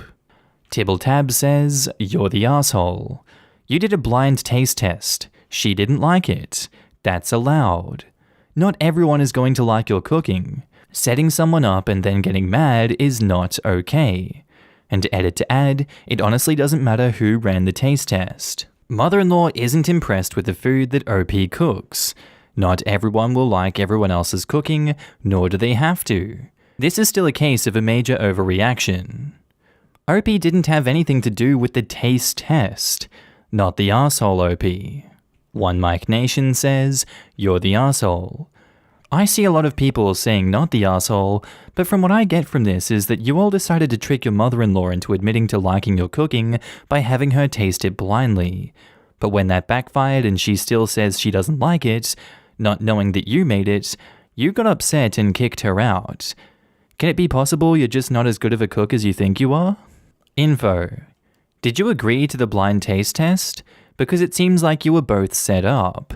Your mother-in-law had no idea that it was what you cooked for dinner. She said that it tasted like frozen lasagna. Not because she was insulting you, but because they asked her what it was. Your husband demanding an apology seems unfair of him because he knew what his brother was doing. If anything, this proves that your mother-in-law doesn't dislike you. She just doesn't like how you cook. It doesn't mean that she should be rude about it, but she wasn't this time. She had no idea that it was lasagna that you made for dinner. And OP replies, no, I didn't. But did your husband? And OP replies, no. So it seems like you and your mother-in-law were put on the spot. You didn't agree to this, but you and your husband did not stop it, which you could have. Your mother-in-law did not know that it was your food, so there was nothing directed at you. Your brother-in-law set a trap and you walked into it. You both are wrong. He shouldn't have done it in the first place, and you and your husband got angry at the wrong person. Our next post is by user Sage Ruit, titled, Am I the asshole for telling my daughters that I made a mistake by choosing to stay in their lives? So my ex-wife and I got divorced 14 years ago. It was due to infidelity on her part. Our daughters were 9 and 7 at the time. Now, the divorce was messy. She moved in with her affair partner and ended up with primary custody. I got every other weekend. It was a disaster from the start. The kids did not respond well to the changes. I tried to have a good co-parenting thing going, but little did I know that my daughters were being turned against me. They would be angry and sullen each time they would visit and refuse to talk about what was wrong. Tantrums, screaming, cursing became the norm, and that's when they were not totally withdrawn. They were being fed complete lies about me, how I didn't love them, how I was going to leave them for another family, etc. It didn't improve with time. In their teens, they cost me 2 very serious relationships with just the most venomous behavior. They didn't even want to visit me anymore, but I insisted that they do. I don't know if that was a mistake or not. And they pretty much cut me off when they turned 18. The only time they'd visit was to ask for money. I thought things would improve as they got older and saw through all the lies, but sadly it hasn't. I think it never will. I'm just done at this point. At the start of this year, they'd come to my house to ask for more money. When I refused, they yelled at me again and said they wished I wasn't their father. Something broke inside me, and I told them I wish I had just walked away from them, that if I hadn't stayed in their lives, maybe I would have an actual shot at a happy life, and maybe they would too. They looked shocked and then screamed and cried and left. No visits, no phone calls, nothing. It fills me with incredible guilt, but I almost feel relieved that they're not around anymore. It was a terrible thing to say, but I can't help but feel like there was truth in it. So am I the asshole? I feel like I don't have enough information to go off on this one to give a proper judgment. At surface value, to yell at the kids like that when they're adults, I know I feel like it's a mean thing to do, but it's not wrong. I guess I'm gonna have to give a not the asshole judgment for this one. I don't know where you go from here. Now in the comments, Undisclosed Bird says, not the asshole. Tragic, but not the asshole. I wish you can find something that gives you happiness though. It's unfortunate that one person's hatred can victimize 3 people so much. It's a real shame that the daughters are continuing to victimize themselves. 5 people, if you count the 2 failed relationships too. Terrible situation, but not the asshole overall. Look, I dislike it so much when a parent feeds lies to kids about the other parent. When the other parent actually wants to be a good parent to their child. I'm sorry you went through that, OP. If it helps, I heard writing a letter to your kids about all the things from your perspective. The cheating, the way you wanted more custody, how they were fed lies, how they ruined 2 major relationships because of the lies they were fed by their mother, And just let them know that when you said you wished you walked out of their life and that their only reason for visiting is just about money and saying they wished you weren't their father, hurt you horribly and something just snapped. Then it is your choice to send it and their choice to either read it or throw it away. It can also be in text or a message form if they didn't block you. Then see if they want to reach out and actually start a real father-kid relationship, with an apology and not asking for money. I hope you do well in your life from now on, OP. Good luck. Salt Contribution 2172 says, not the asshole, no doubt. Very common. I used to think fathers that walked away were deadbeats. Now I know most don't stand a chance if the mother decides to demonize him. My mum tried to do that with us, just subtle things to make us dislike our dad. The thing is, I'm autistic. I don't do subtle, so it never worked on me. And Dell's Magic Fishies asks, info. You're gonna need to walk us through the steps you took to get custody, the attempts you made to go to the court for the parental alienation, and how family therapy went. If like 51% of divorced fathers, you agreed that your wife should have custody and never pursued anything else, even when she was supposedly damaging your relationship with your children, then you're the asshole.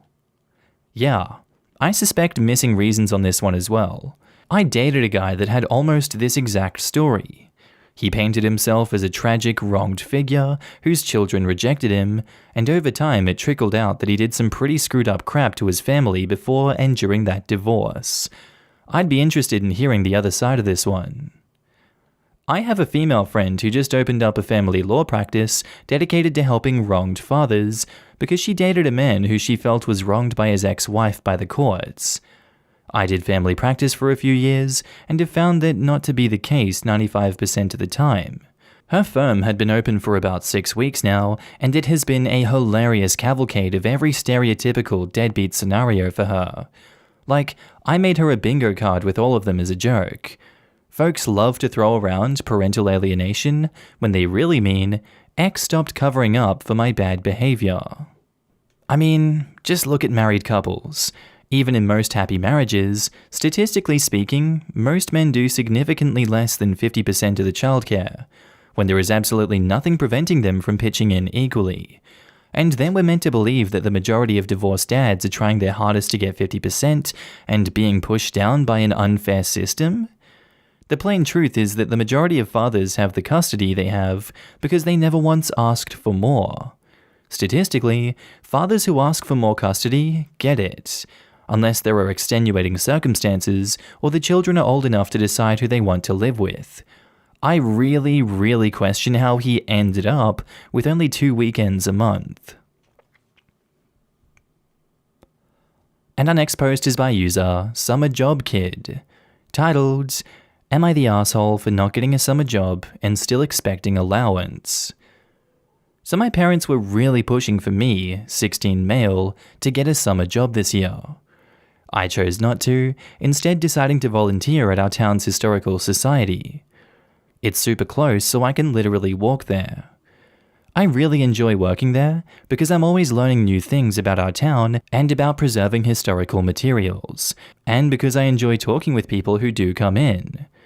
It also got me interested in becoming an archivist.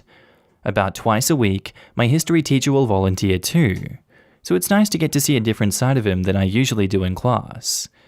Unfortunately for me, my parents have a rule where over the summer, if I want to buy anything, I need to make the money myself.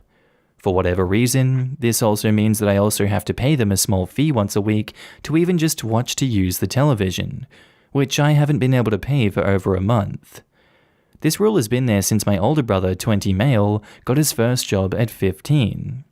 Since my sister, 16 female, has a job, she has money to do what she wants, even though I spend way more hours a week working than her.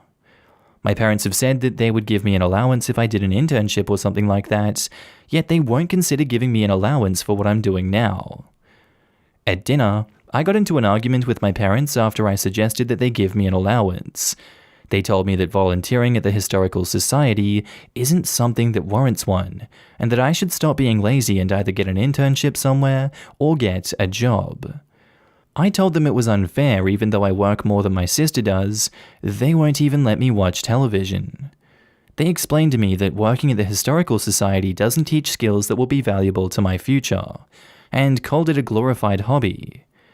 I told them that what they said was a load of crap, and then they started yelling at me. Am I the asshole? Now in the comments, everyone sucks here. Get an actual job if you want things, but them not letting you use the TV is weird and controlling. This is kind of an important lesson about the world. Some work is paid more highly than others. If you love something but also don't want to starve, sometimes you have to do the thing you love in your spare time and get a normal job to pay the bills. If you love history, that's fun, but it's not a big field and is especially hard to break into and earn money in right now. Maybe cut back your hours and get a part-time job. You can't expect other people to pay for you to do your hobby. Another important lesson in the world is that once he's an adult, between work and school, he will be working for 40 plus years. Let him enjoy his last couple of years of freedom doing something he likes. Yeah, maybe he can't ask for money, but he also shouldn't be punished, e.g. no TV, because of it. Yeah, the TV thing seems way overly harsh on the parents' part. It's not as if OP is sat on his ass vegetating all day. He's volunteering and learning useful skills whilst doing it. Maybe a compromise is that he gets an allowance and is allowed to watch TV for doing a few chores at home too or something. That would seem like a fair outcome, although I'd just let the poor kid watch TV without charging him. Seller Nick says, everyone sucks here. Those are harsh rules, and I think making you pay for using stuff in the house normally free is BS. But the problem is with the expectation of money. You can't do that, especially not at your age. I disagree with your parents that volunteering isn't teaching you valuable skills, but you knew about the rule and you didn't follow it on purpose. I'd argue that volunteering and an unpaid internship carry the same weight. They're both unpaid labor that teach skills and look good on college applications. If the parents set the expectations that such unpaid work would receive an allowance, it's pretty reasonable for OP to push for volunteering to qualify. I actually think that an internship would carry more weight.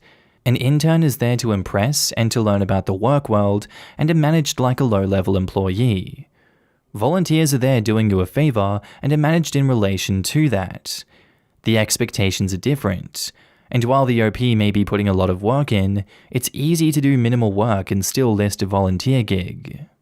Not if you want to be an archivist or librarian. In my country, most of the librarianship programs require you to have a year of volunteering experience in a library before you can take it. It would also look great on a college application if you were majoring in history or similar. And if OP uses them as a reference, then they can verify how much work he's doing and at what level. And Proud Boomer says, everyone sucks here. Your parents are a bit too strict to get out of being assholes. Charging for TV? I'm a grouchy old dad and I didn't even do that. As for you, you approached it all wrong. Telling your parents they're full of crap is not advice given in how to win friendships and influence people. List your duties as a volunteer, actual skills that you're learning. Look up the job skills and knowledge needed to be an archivist. What degree is needed, what is the potential income, and what does the job market look like? Talk to your supervisor and teacher about making this opportunity an actual internship or capstone project for your senior year. You want credit for working hard? Show them the path you have laid out. Be polite and apologize for the crap comment. Let them know that they got through to you and you'd like to share your thoughts in a polite conversation. Am I the asshole for asking my wife to lighten up about makeup?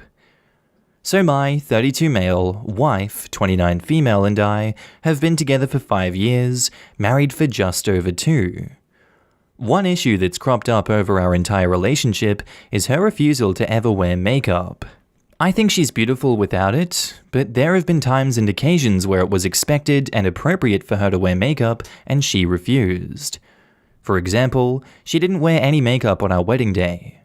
Both of our mothers tried to convince her, but she said she's never worn makeup and she wasn't going to start on a day that she was supposed to enjoy.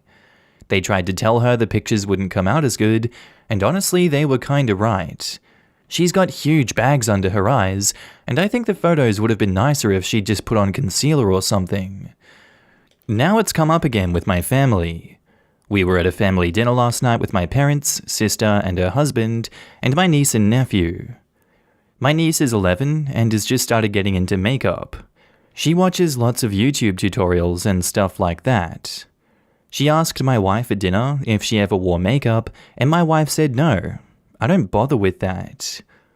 My niece asked why, and she gave a little speech about makeup being a waste of money, and that she'd feel like she was lying to herself if she wore it, and that she was happy with the face I have.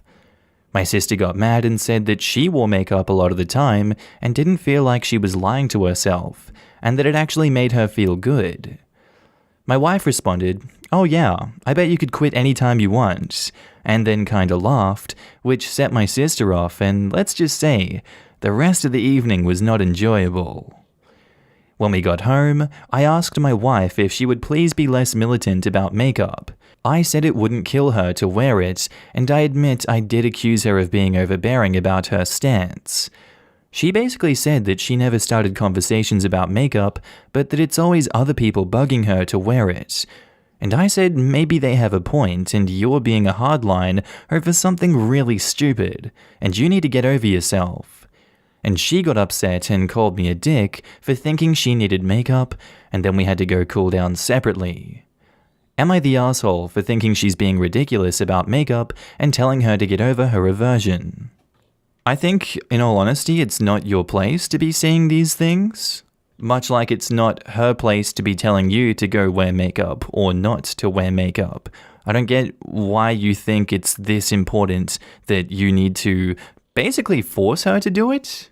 I'm getting the vibes that you're trying to peer pressure her and somewhat force her into wearing makeup because you're upset that she hasn't, and you feel like she ruined your wedding, and now she's ruining the lives of others, like this person that she's just had an interaction with.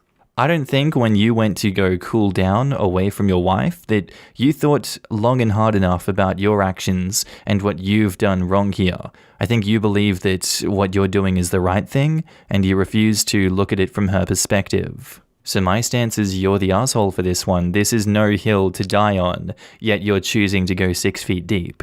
Now in the comments, Xenomouse says, Info. Did you wear concealer under your eyes at your wedding? I'm just saying, you would have looked a lot better in the pictures if you did. This needs to be higher up. It's such a disgusting standard that women have to put on paint to make themselves more attractive to other people, but guys can just roll out of bed and expect the world to accept them. Until men start wearing makeup regularly and shaving their legs, their opinion on whether or not a woman does it does not matter in the slightest. Honestly, it looks like we're heading this way, and it's kinda depressing. When I was a young woman and didn't wear makeup, I thought it would lead to a future where we all didn't wear makeup. Instead, makeup companies are finally cluing into the fact that they can make more money by making men feel like crap about their bodies and faces too. Or, and hear me out here, some people like makeup regardless of society's beauty standards. It's okay to wear makeup if you like it. It's okay to not wear makeup if you don't want to. It's okay to eat some meat if you like it. It's okay to not eat any. As long as you have a balanced diet, nobody should force you to change. It's okay for a man to wear a skirt. No, I'm not talking of kilts here, if he wants to. As much as it's okay to never wear any. It's okay for a woman to shave her head if she wants to, as much as it's okay to never cut her hair, etc. What is not okay is to force people to do what they don't want to, as long as they don't hurt anyone, and gendered social pressure has to die. Huge, you're the asshole. You like makeup so much, you wear it. Yeah, I agree, you're the asshole. If she doesn't want to wear makeup, she doesn't have to. I mean, I'm a dude and wouldn't wear makeup no matter what, just to look better for photos or anything. So why would I expect my wife to? Edit.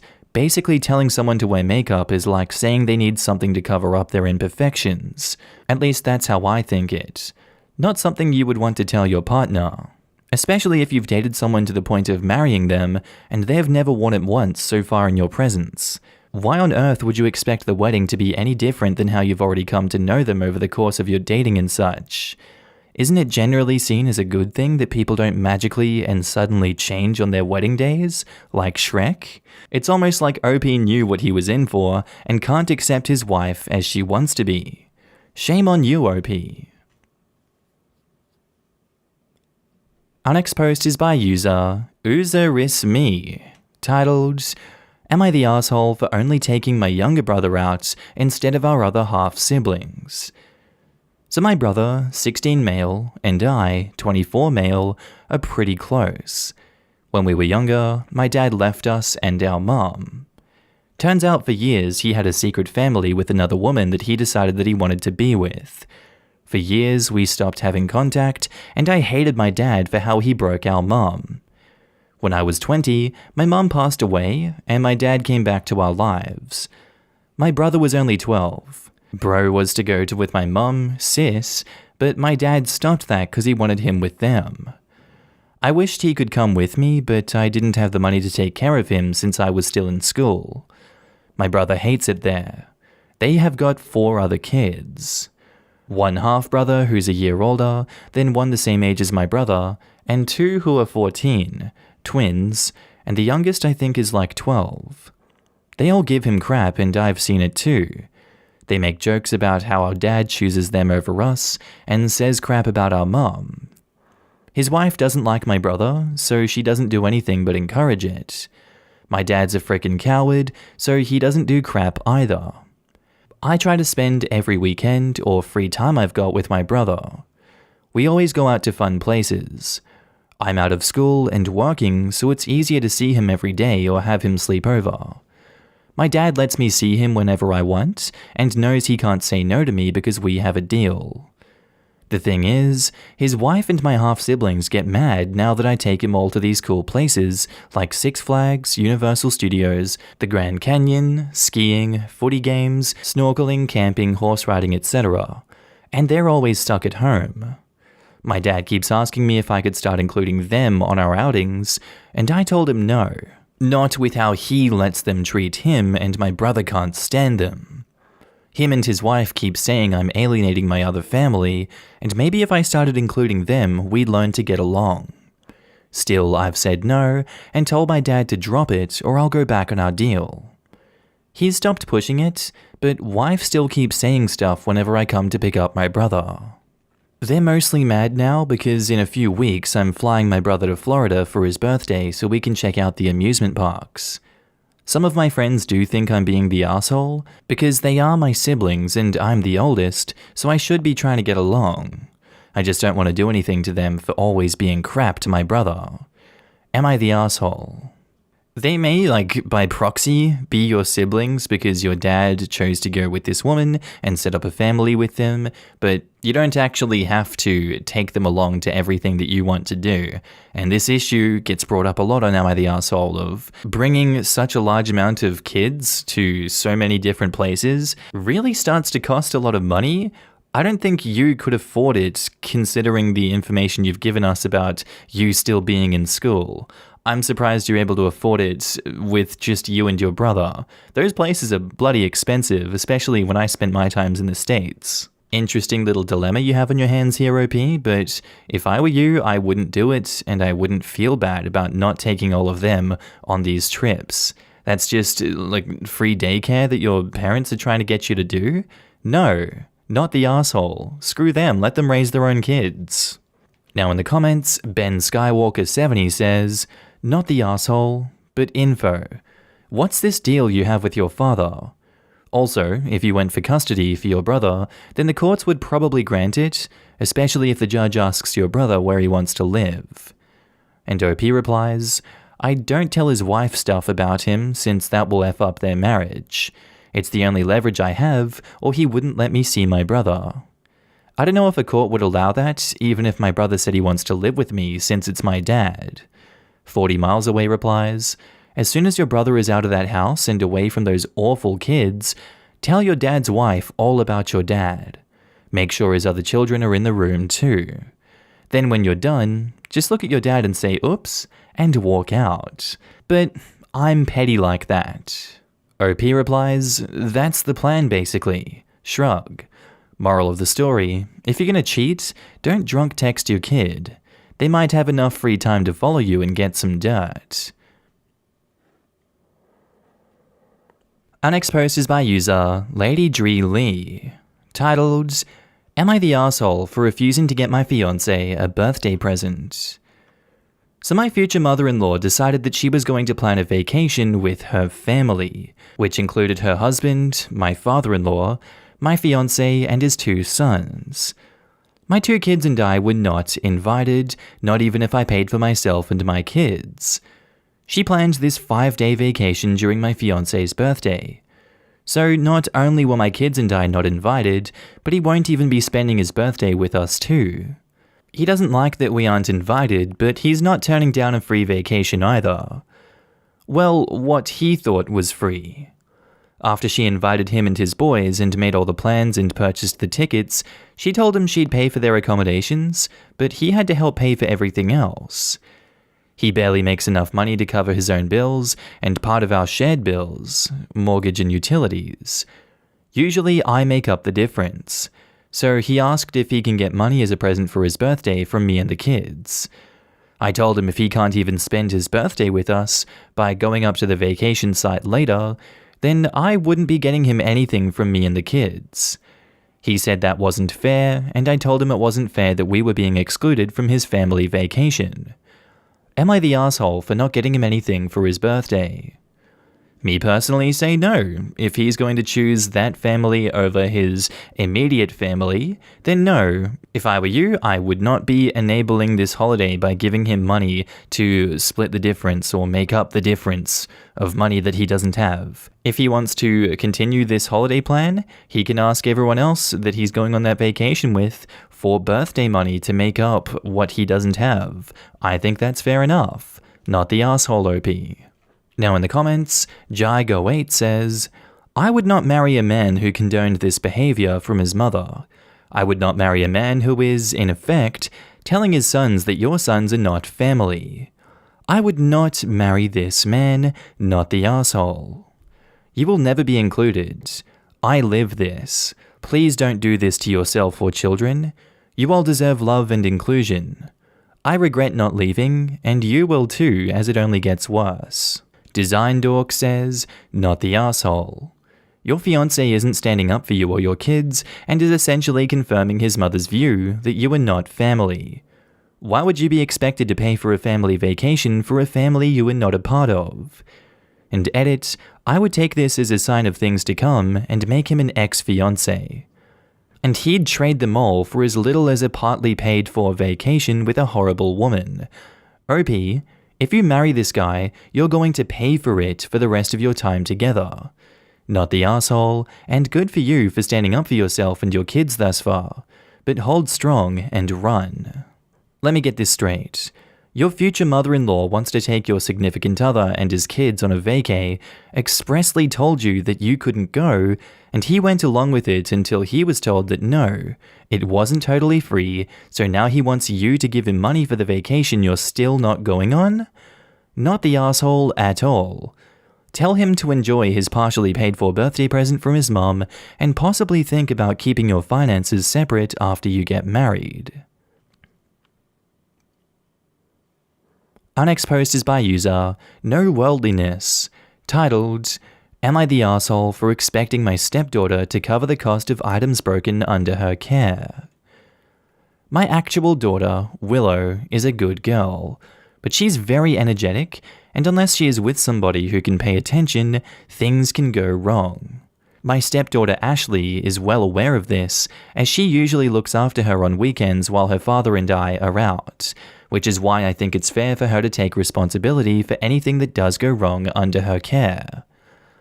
I recently purchased a beautiful sculpture, something I had my eye on for a while, a unique piece that held a lot of meaning to me. Ashley was reminded to take care and make sure nothing happened to it, and to cut a long story short, Ashley was too busy watching Netflix to watch over Willow, which resulted in it being completely destroyed. While I'm not hunting for money, this was a one-of-a-kind sculpture, and I don't think it's fair for Ashley to stand by and let it be ruined and to walk away unscathed. Ashley has a part-time job and more than enough money to buy herself clothing, makeup, junk food, and a number of other things, so I don't think this is so unreasonable a request. But her mother went ballistic after she found out that her father and I expected her to save up to cover the cost of the item. I don't personally see the problem here, but a few family friends have gotten involved, and the situation has gotten rather messy. Am I being unfair here? Am I the asshole? And edit for everyone asking, Willow is 6, Ashley is 17. You're the asshole, absolutely, in this situation. If you want Willow not going around destroying things, either put that sculpture somewhere that Willow isn't going to destroy it, teach Willow not to go around destroying things, look after your own kid, have some respect for your stepchildren and not say things like, oh, my actual daughter, Willow. And just be a better person all round, because you sound very jaded when you've written this, and it does come across as you being an asshole. Your actual daughter destroying something does not make your stepdaughter liable for paying for that sculpture. I'm sorry to say, that's not how this works out. You're the asshole. Now in the comments, Laura Jen says, you're the asshole. If you don't like the way she babysits your daughter, then parent your own child. Literally. She lost me at actual daughter. You're the asshole, OP, based on that sentence alone. And what do you want to bet that they don't pay the stepdaughter for babysitting? Because she's enough of a sister to not be an actual babysitter who needs to be paid, but not enough of an actual daughter to be treated well. Right? I'm guessing she isn't paid, or else OP would have probably said I withheld her pay to cover the cost of what was broken. Man, I might get indifferent about watching the kid too if it was every weekend and I had a job on top of that. If OP isn't hurting for money, she can hire a babysitter or pay her poor stepdaughter. Where's the dad in this scenario? I'd whoop some butt if my kid was treated like that by their step-parent. Or, you know, like, don't have an effing sculpture where your 6-year-old will frickin' break it? Like, what the hell kind of parenting is that? Your daughter broke your crap that you just had out there where an effing kid could effing break it. Sounds more like she was setting her fake daughter up for this kind of thing to go wrong. I mean, sure, if the 17-year-old unlocked the room the 6-year-old wasn't supposed to be in and then just walked away to watch Netflix, then yeah, totally make her pay for it. But if you put breakable crap where a kid is allowed to play, then that crap is on you. OP is a huge asshole, and so is the husband if he's taking her side. Unless if there's more info, but to me it sounds like OP has some issues with her fake daughter that she needs to take care of. You're the asshole. You lost me at actual daughter. How about you hire a babysitter instead of forcing your stepdaughter to take care of your actual daughter so you can go out? Parents checking in here. You don't have precious fragile items out amongst small children if you're worried they'll break. Also, your stepdaughter is your actual daughter as well, and not your staff. You're the asshole.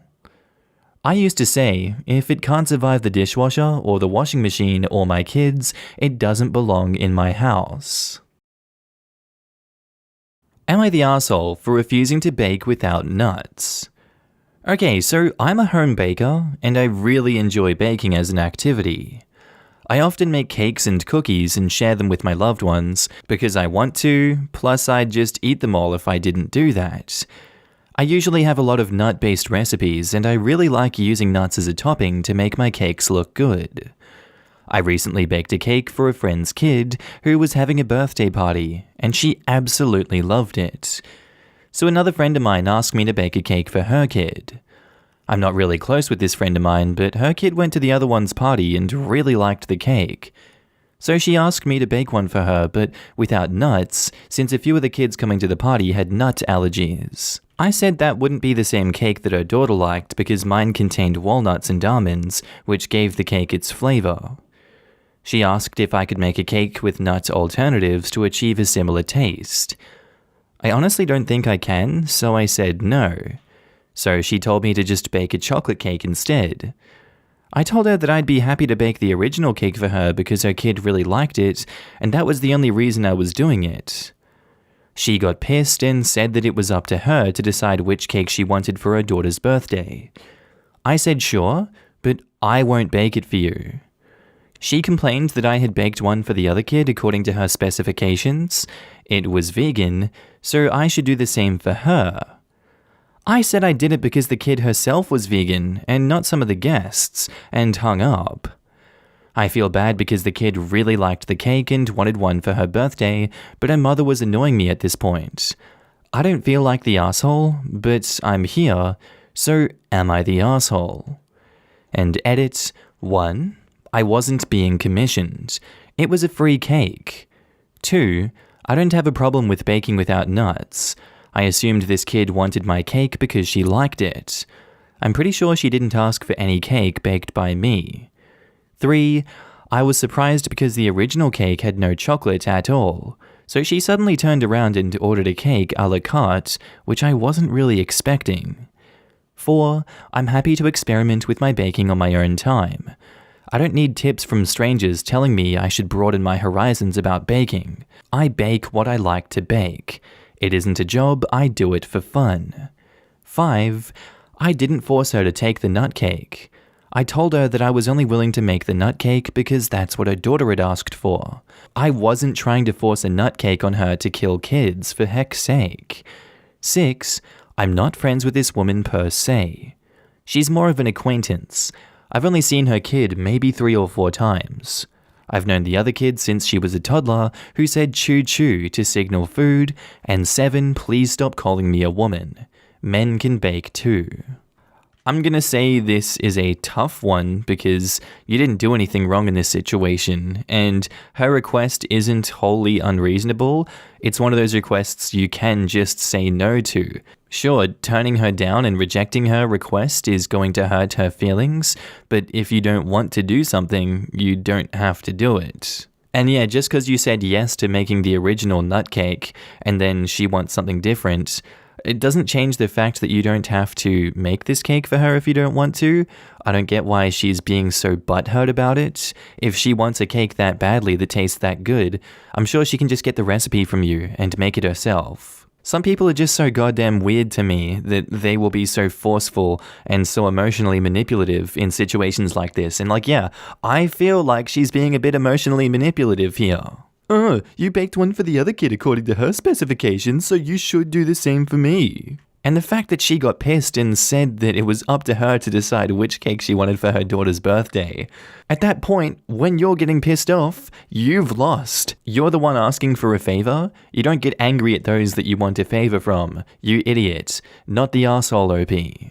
Now in the comments, Lost Manor 8942 says, at the end of the day, you're not obligated to make a cake. But I don't understand why it was such a big deal to make a cake without nuts if that's what she'd asked for. If you've made cakes with specifications before, I don't see why you couldn't have respected it in this situation or offered to send her a similar recipe. If the kid's friends have allergies, there's nothing wrong with the mother wanting to have a safe but fun cake for everyone. She just wanted to do right by everyone without causing anaphylactic shock, so her attitude was probably just wanting to keep the kids safe. You are not obligated, but I don't know. If you like baking, wouldn't it be a fun challenge to find ways to make things taste similar without the ingredients you want? The way you handled this was rude in my opinion. No assholes here, but yikes. Hey, I can make you a cake, but if you want a nut cake without the nuts, it's not going to taste the same, and in fact, I don't think anyone will like it since the nuts are the key ingredient. I don't know. I feel like just baking it and letting them be disappointed in the kid's birthday cake would be worse than however rude you think OP was explaining this, which I don't think was rude at all. But then the person asking for the cake told OP to just make a chocolate cake instead. The requester should be asking, and not diminishing OP's work by using the word just. Why does OP even have to make a different cake if it turns out the freeloading friend of a friend really doesn't want OP's specialty, but just a free cake made to their specifications? Then it turns out crappy and OP's baking reputation takes an undeserved hit at his own expense. Parsimonious Salad says you're the asshole. Not for refusing to bake the cake, you would be doing it as a favor, so can of course choose, but for your attitude about it. Nut allergies are serious. Who cares if it's the birthday child or a guest that has the allergy? Someone could still end up in the hospital or dead.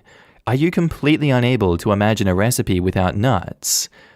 Oh, hi. You're a friend of my friend. We've met a few times. I'm throwing a dinner party next week, and I remember you made this amazing chicken casserole at my friend's potluck.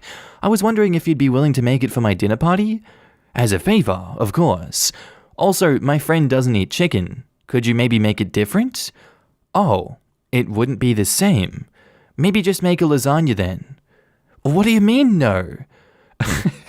Just, what is this even? They're not a bakery. They made a cake. Also, to modify the recipe of a nut-based cake won't work. And asking them to bake a chocolate cake is just, what? If you don't want the specific walnut almond cake, anyone can do a chocolate cake. Go buy one. Not the asshole.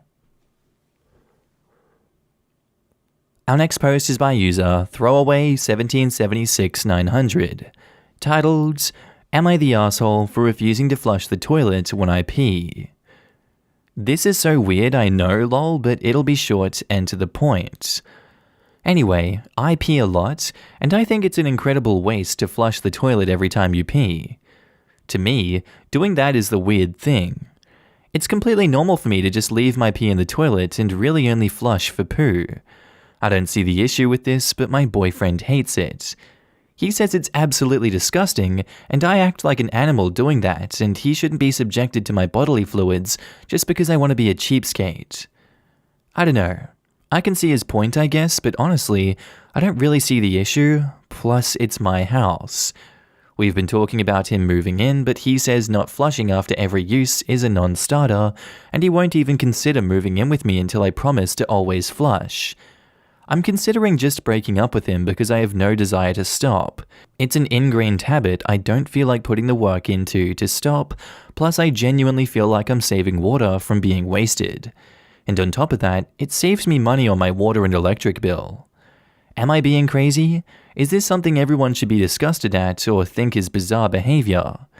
Should I just suck it up and start flushing every time I pee? At this point, I don't even know who's the crazy one here. Personally, I'm gonna go with you're the asshole on this one. I've experienced these things myself, and I think it's gross. So from my point of view, I think you're an asshole for doing this, and I'm on his side for this one. I understand there's different cultural contexts, and there's different preferences that people have in this world. I'm all cool with respecting that and whatever you guys want to do in your own house, but if it were me and me living at my girlfriend's house and this continued to happen on a regular basis, I'd be like, this is disgusting.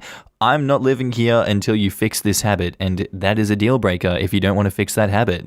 Call me petty, but sorry if I don't want to be assaulted by the smell of piss every time I go into the toilet. I experience that in public in men's toilets enough. I don't want that in my house. My nose can only take so much torture. I'm saying you're the asshole for this one. Now in the comments, Ostriches on Fire says, you're the asshole. It is gross. People in my house do that, and guess what? It smells like piss in my bathroom, and it's gross. Plus, I flush before I go every time they do this. I ain't sitting just a few inches over someone's pee stew. So they sure as hell aren't saving any water. You're the asshole. I had a friend like this, and I could always smell the pee in their bathroom. I just flushed to get rid of it. It's one thing for OP to be comfortable peeing into a dirty toilet filled with her own bodily waste. She wants her boyfriend to be comfortable using a toilet filled with her bodily waste. Like, can she not even understand how anyone would think that's disgusting? Gross. You're the asshole. Info. Is this the hill you choose to die on? My former roommate and best friend don't flush their pee either. Waking up first thing in the morning to a couple of peas worth stewing and stinking in there is not a good way to start the day. How is not flushing saving you money on electricity? I don't know of any toilets that cause your power bill to go up due to flushing. Our next post is by user Uber765, titled, Am I the asshole for appropriating the word sober? So this happened on Friday. My co-workers were planning on going out to a bar after work to have some drinks together. I don't particularly like to drink or go out with co-workers, and I've learned the easiest way to get out of it is just to tell whoever invited me, thanks, but I'm 2 years sober now. Nobody has ever tried to pressure me into going when I say that, unlike when I try to make a different excuse, and then my old co-workers are just like, come on, we'll get you an Uber, it'll be fun, yada yada. Saying I'm sober immediately shuts them down. Anyways, another co-worker overhears and congratulated me on 2 years of sobriety and told me she just celebrated her first year. I quickly and quietly told her that I wasn't really an addict. I just say that because people don't ask me anymore after I say that. But I did congratulate her on her year.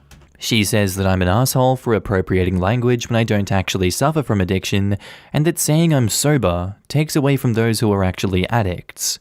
I told her I'm not using it to seek validation or anything.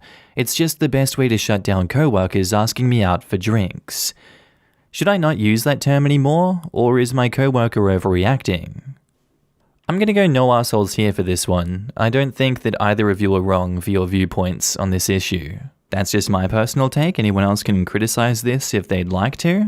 I can see that how someone struggling with alcoholism and is now sober would take offense to the use of the word sober in this context. Although I'm sure you can just say, I'm just going to be sober tonight, I'm not drinking. That's a normal thing as well. I agree with both perspectives on this one. I don't think that anyone's particularly an arsehole for the way they've approached this situation, you know? There's two different people, two different perspectives. So yeah, not much else to say, no assholes here. Now in the comments, BlurgMachine327 says, no assholes here. I don't necessarily think that either of you are in the wrong. You're using very specific language. Saying sober for 2 years does typically denote being in recovery. Many people in the recovery community are protective of that verbiage because it does carry a lot of weight for them. This is also something that people outside of the community may not know and may not understand why some might find it disingenuous to use in your circumstances. What I may suggest moving forward would be to simply state that you're sober or a sober individual when declining. It's still true that you are not someone who drinks, but doesn't have such a definite tie to the recovery community. And OP replies, that's a great idea. I will do that going forward. You could also tell people you're a teetotaler, someone who doesn't drink, not tied to the recovery community, and accurately describes you. I mean, technically you are sober, as in anyone who is currently not under the influence is sober, but when you're in a situation and electing not to imbibe, the correct verbiage is indeed teetotaler, you, or teetotaling, the act of not drinking. It doesn't work though. My fiancé doesn't drink as he has an allergy, and just saying I do not drink without a reason they consider valid will make a lot of people just pressure him more. Alcohol is deeply ingrained in our society, and many people view someone else not drinking as judgment. Does it make sense? No. But my fiancé, who can't even use hand sanitizer, sometimes literally has to say he's sober because people think he's lying about his allergy. Hypersexual says, soft, you're the asshole. You are trying to avoid a pretty awful alcohol culture that is relentless. However, your use of that term implies you're an alcoholic, which changes people's understanding of you. Seconding this, it's not cool being pressured to drink when you abstain for any reason, and I understand why you said it, but you should be able to enforce those boundaries without lying about something so sensitive. It's a little bit manipulative, as you're likely to attract sympathy for a struggle you don't understand. If you did it again after this, I would definitely think you're the asshole, so maybe just say you had a bad reaction to drinking, or you don't like the way it makes you feel. As a non-drinker, I usually say that I don't drink. On the rare occasion that someone pushes, I say thanks, but I don't drink for personal reasons. I really don't want to get into it. I have never had someone push beyond that. Personal reasons can mean anything from religious objections, medical reasons, sobriety, family history of addiction, not liking the taste, etc. My older brother is sober. It was a long and hard battle. I can see why people who have overcome addiction would be annoyed by OP's usage. And Fox Unicar Kilo says, "You're the asshole. You're not appropriating sober. You were lying and using a very specific phrase that belongs to a specific group of people to insinuate that you're a recovering alcoholic. That is insensitive. The only reason you have the luxury of thinking she's overreacting is because you don't know what recovering from alcoholism is, and the hellish journey she went on to get where she is today. I had a hellish journey. I was an addict once, and it doesn't bother me in the slightest. Words don't belong to anyone." Our next post is by user StrictRecording7880, titled, "Am I the asshole for locking him out of the hotel and cancelling his flight?"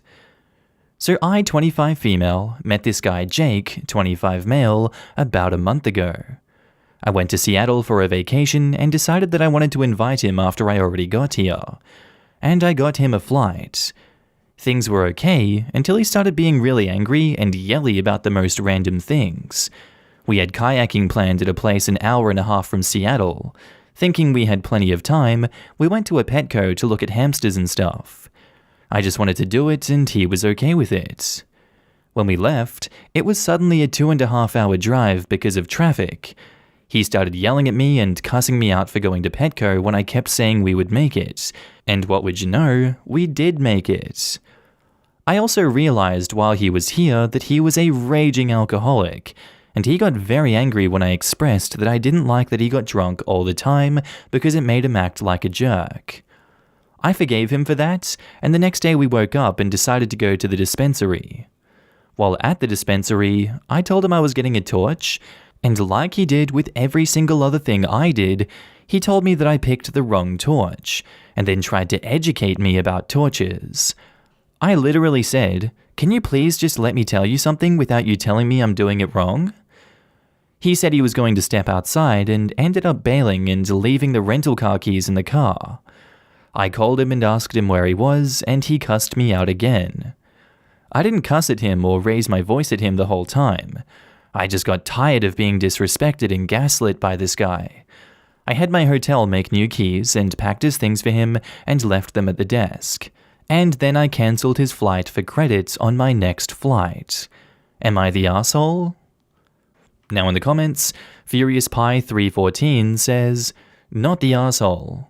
Good job protecting yourself from this guy. He's terrible and you deserve better." This is simply the best answer. He got what he deserved, and I hope he enjoys the walk home, to wherever that is. Not the asshole, and good job, OP.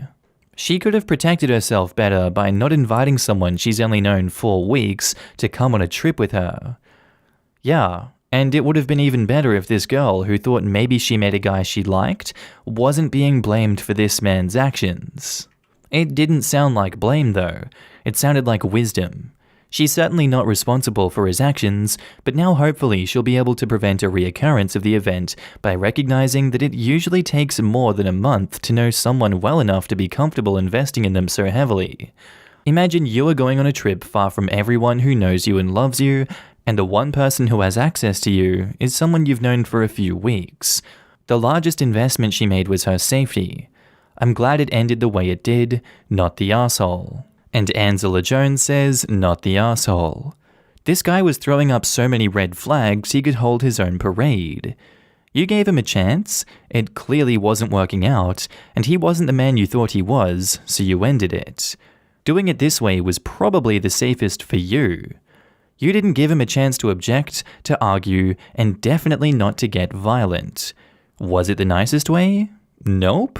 But safety trumps niceties. I'd rather be an asshole than dead. Me, I think. And Downtown Penthouse says, not the asshole. Next time though, wait longer before inviting someone on a trip with you unless it's a big group. Definitely not your fault, definitely not the asshole. Everyone sucks here. His behavior clearly marks him as an asshole in many ways, but flying someone in to meet you and then stranding them there is an asshole move. You should have rebooked his flight for the next available one and left the info with his stuff. That would also get rid of him. I'm surprised he didn't stick around and harass you, since he knew what room you were in and didn't have anywhere else to go. And OP replies, luckily the way my hotel is, you have to have a separate key to get up to the floor, so it wasn't an option for him. He could have easily followed someone with a key, very easily. Everyone sucks here. He sounds horrible, but you shouldn't have cancelled his flight? How will he get home? And OP replies, I just felt like if he could spend a ridiculous amount of money on alcohol at the hotel, he could probably get his own flight home. He probably felt like he could spend that money on alcohol, because he knew he didn't have to pay for a plane ticket. This is not sarcasm. Anyway guys, I think that's where I'm going to end today's video. If you did like it, tell me what you thought about it down in the comments below, and make sure to just interact with everyone in this community. I love each and every one of you that I get to see on a daily basis. And don't forget, if you are a Patreon subscriber, I love you. You're on the screen right now with the YouTube members as well. If you see yourself, give yourself a pat in the back. You guys help me continue this YouTube journey. You keep me going. I see you guys everywhere. I see your messages, and thank you so much for supporting me. I really love every single one of you. But with that all said, I'm going to be signing off now, guys. I hope you have a good day, night, sleep, whatever you're up to, and I'll see you in the next episode. Bye.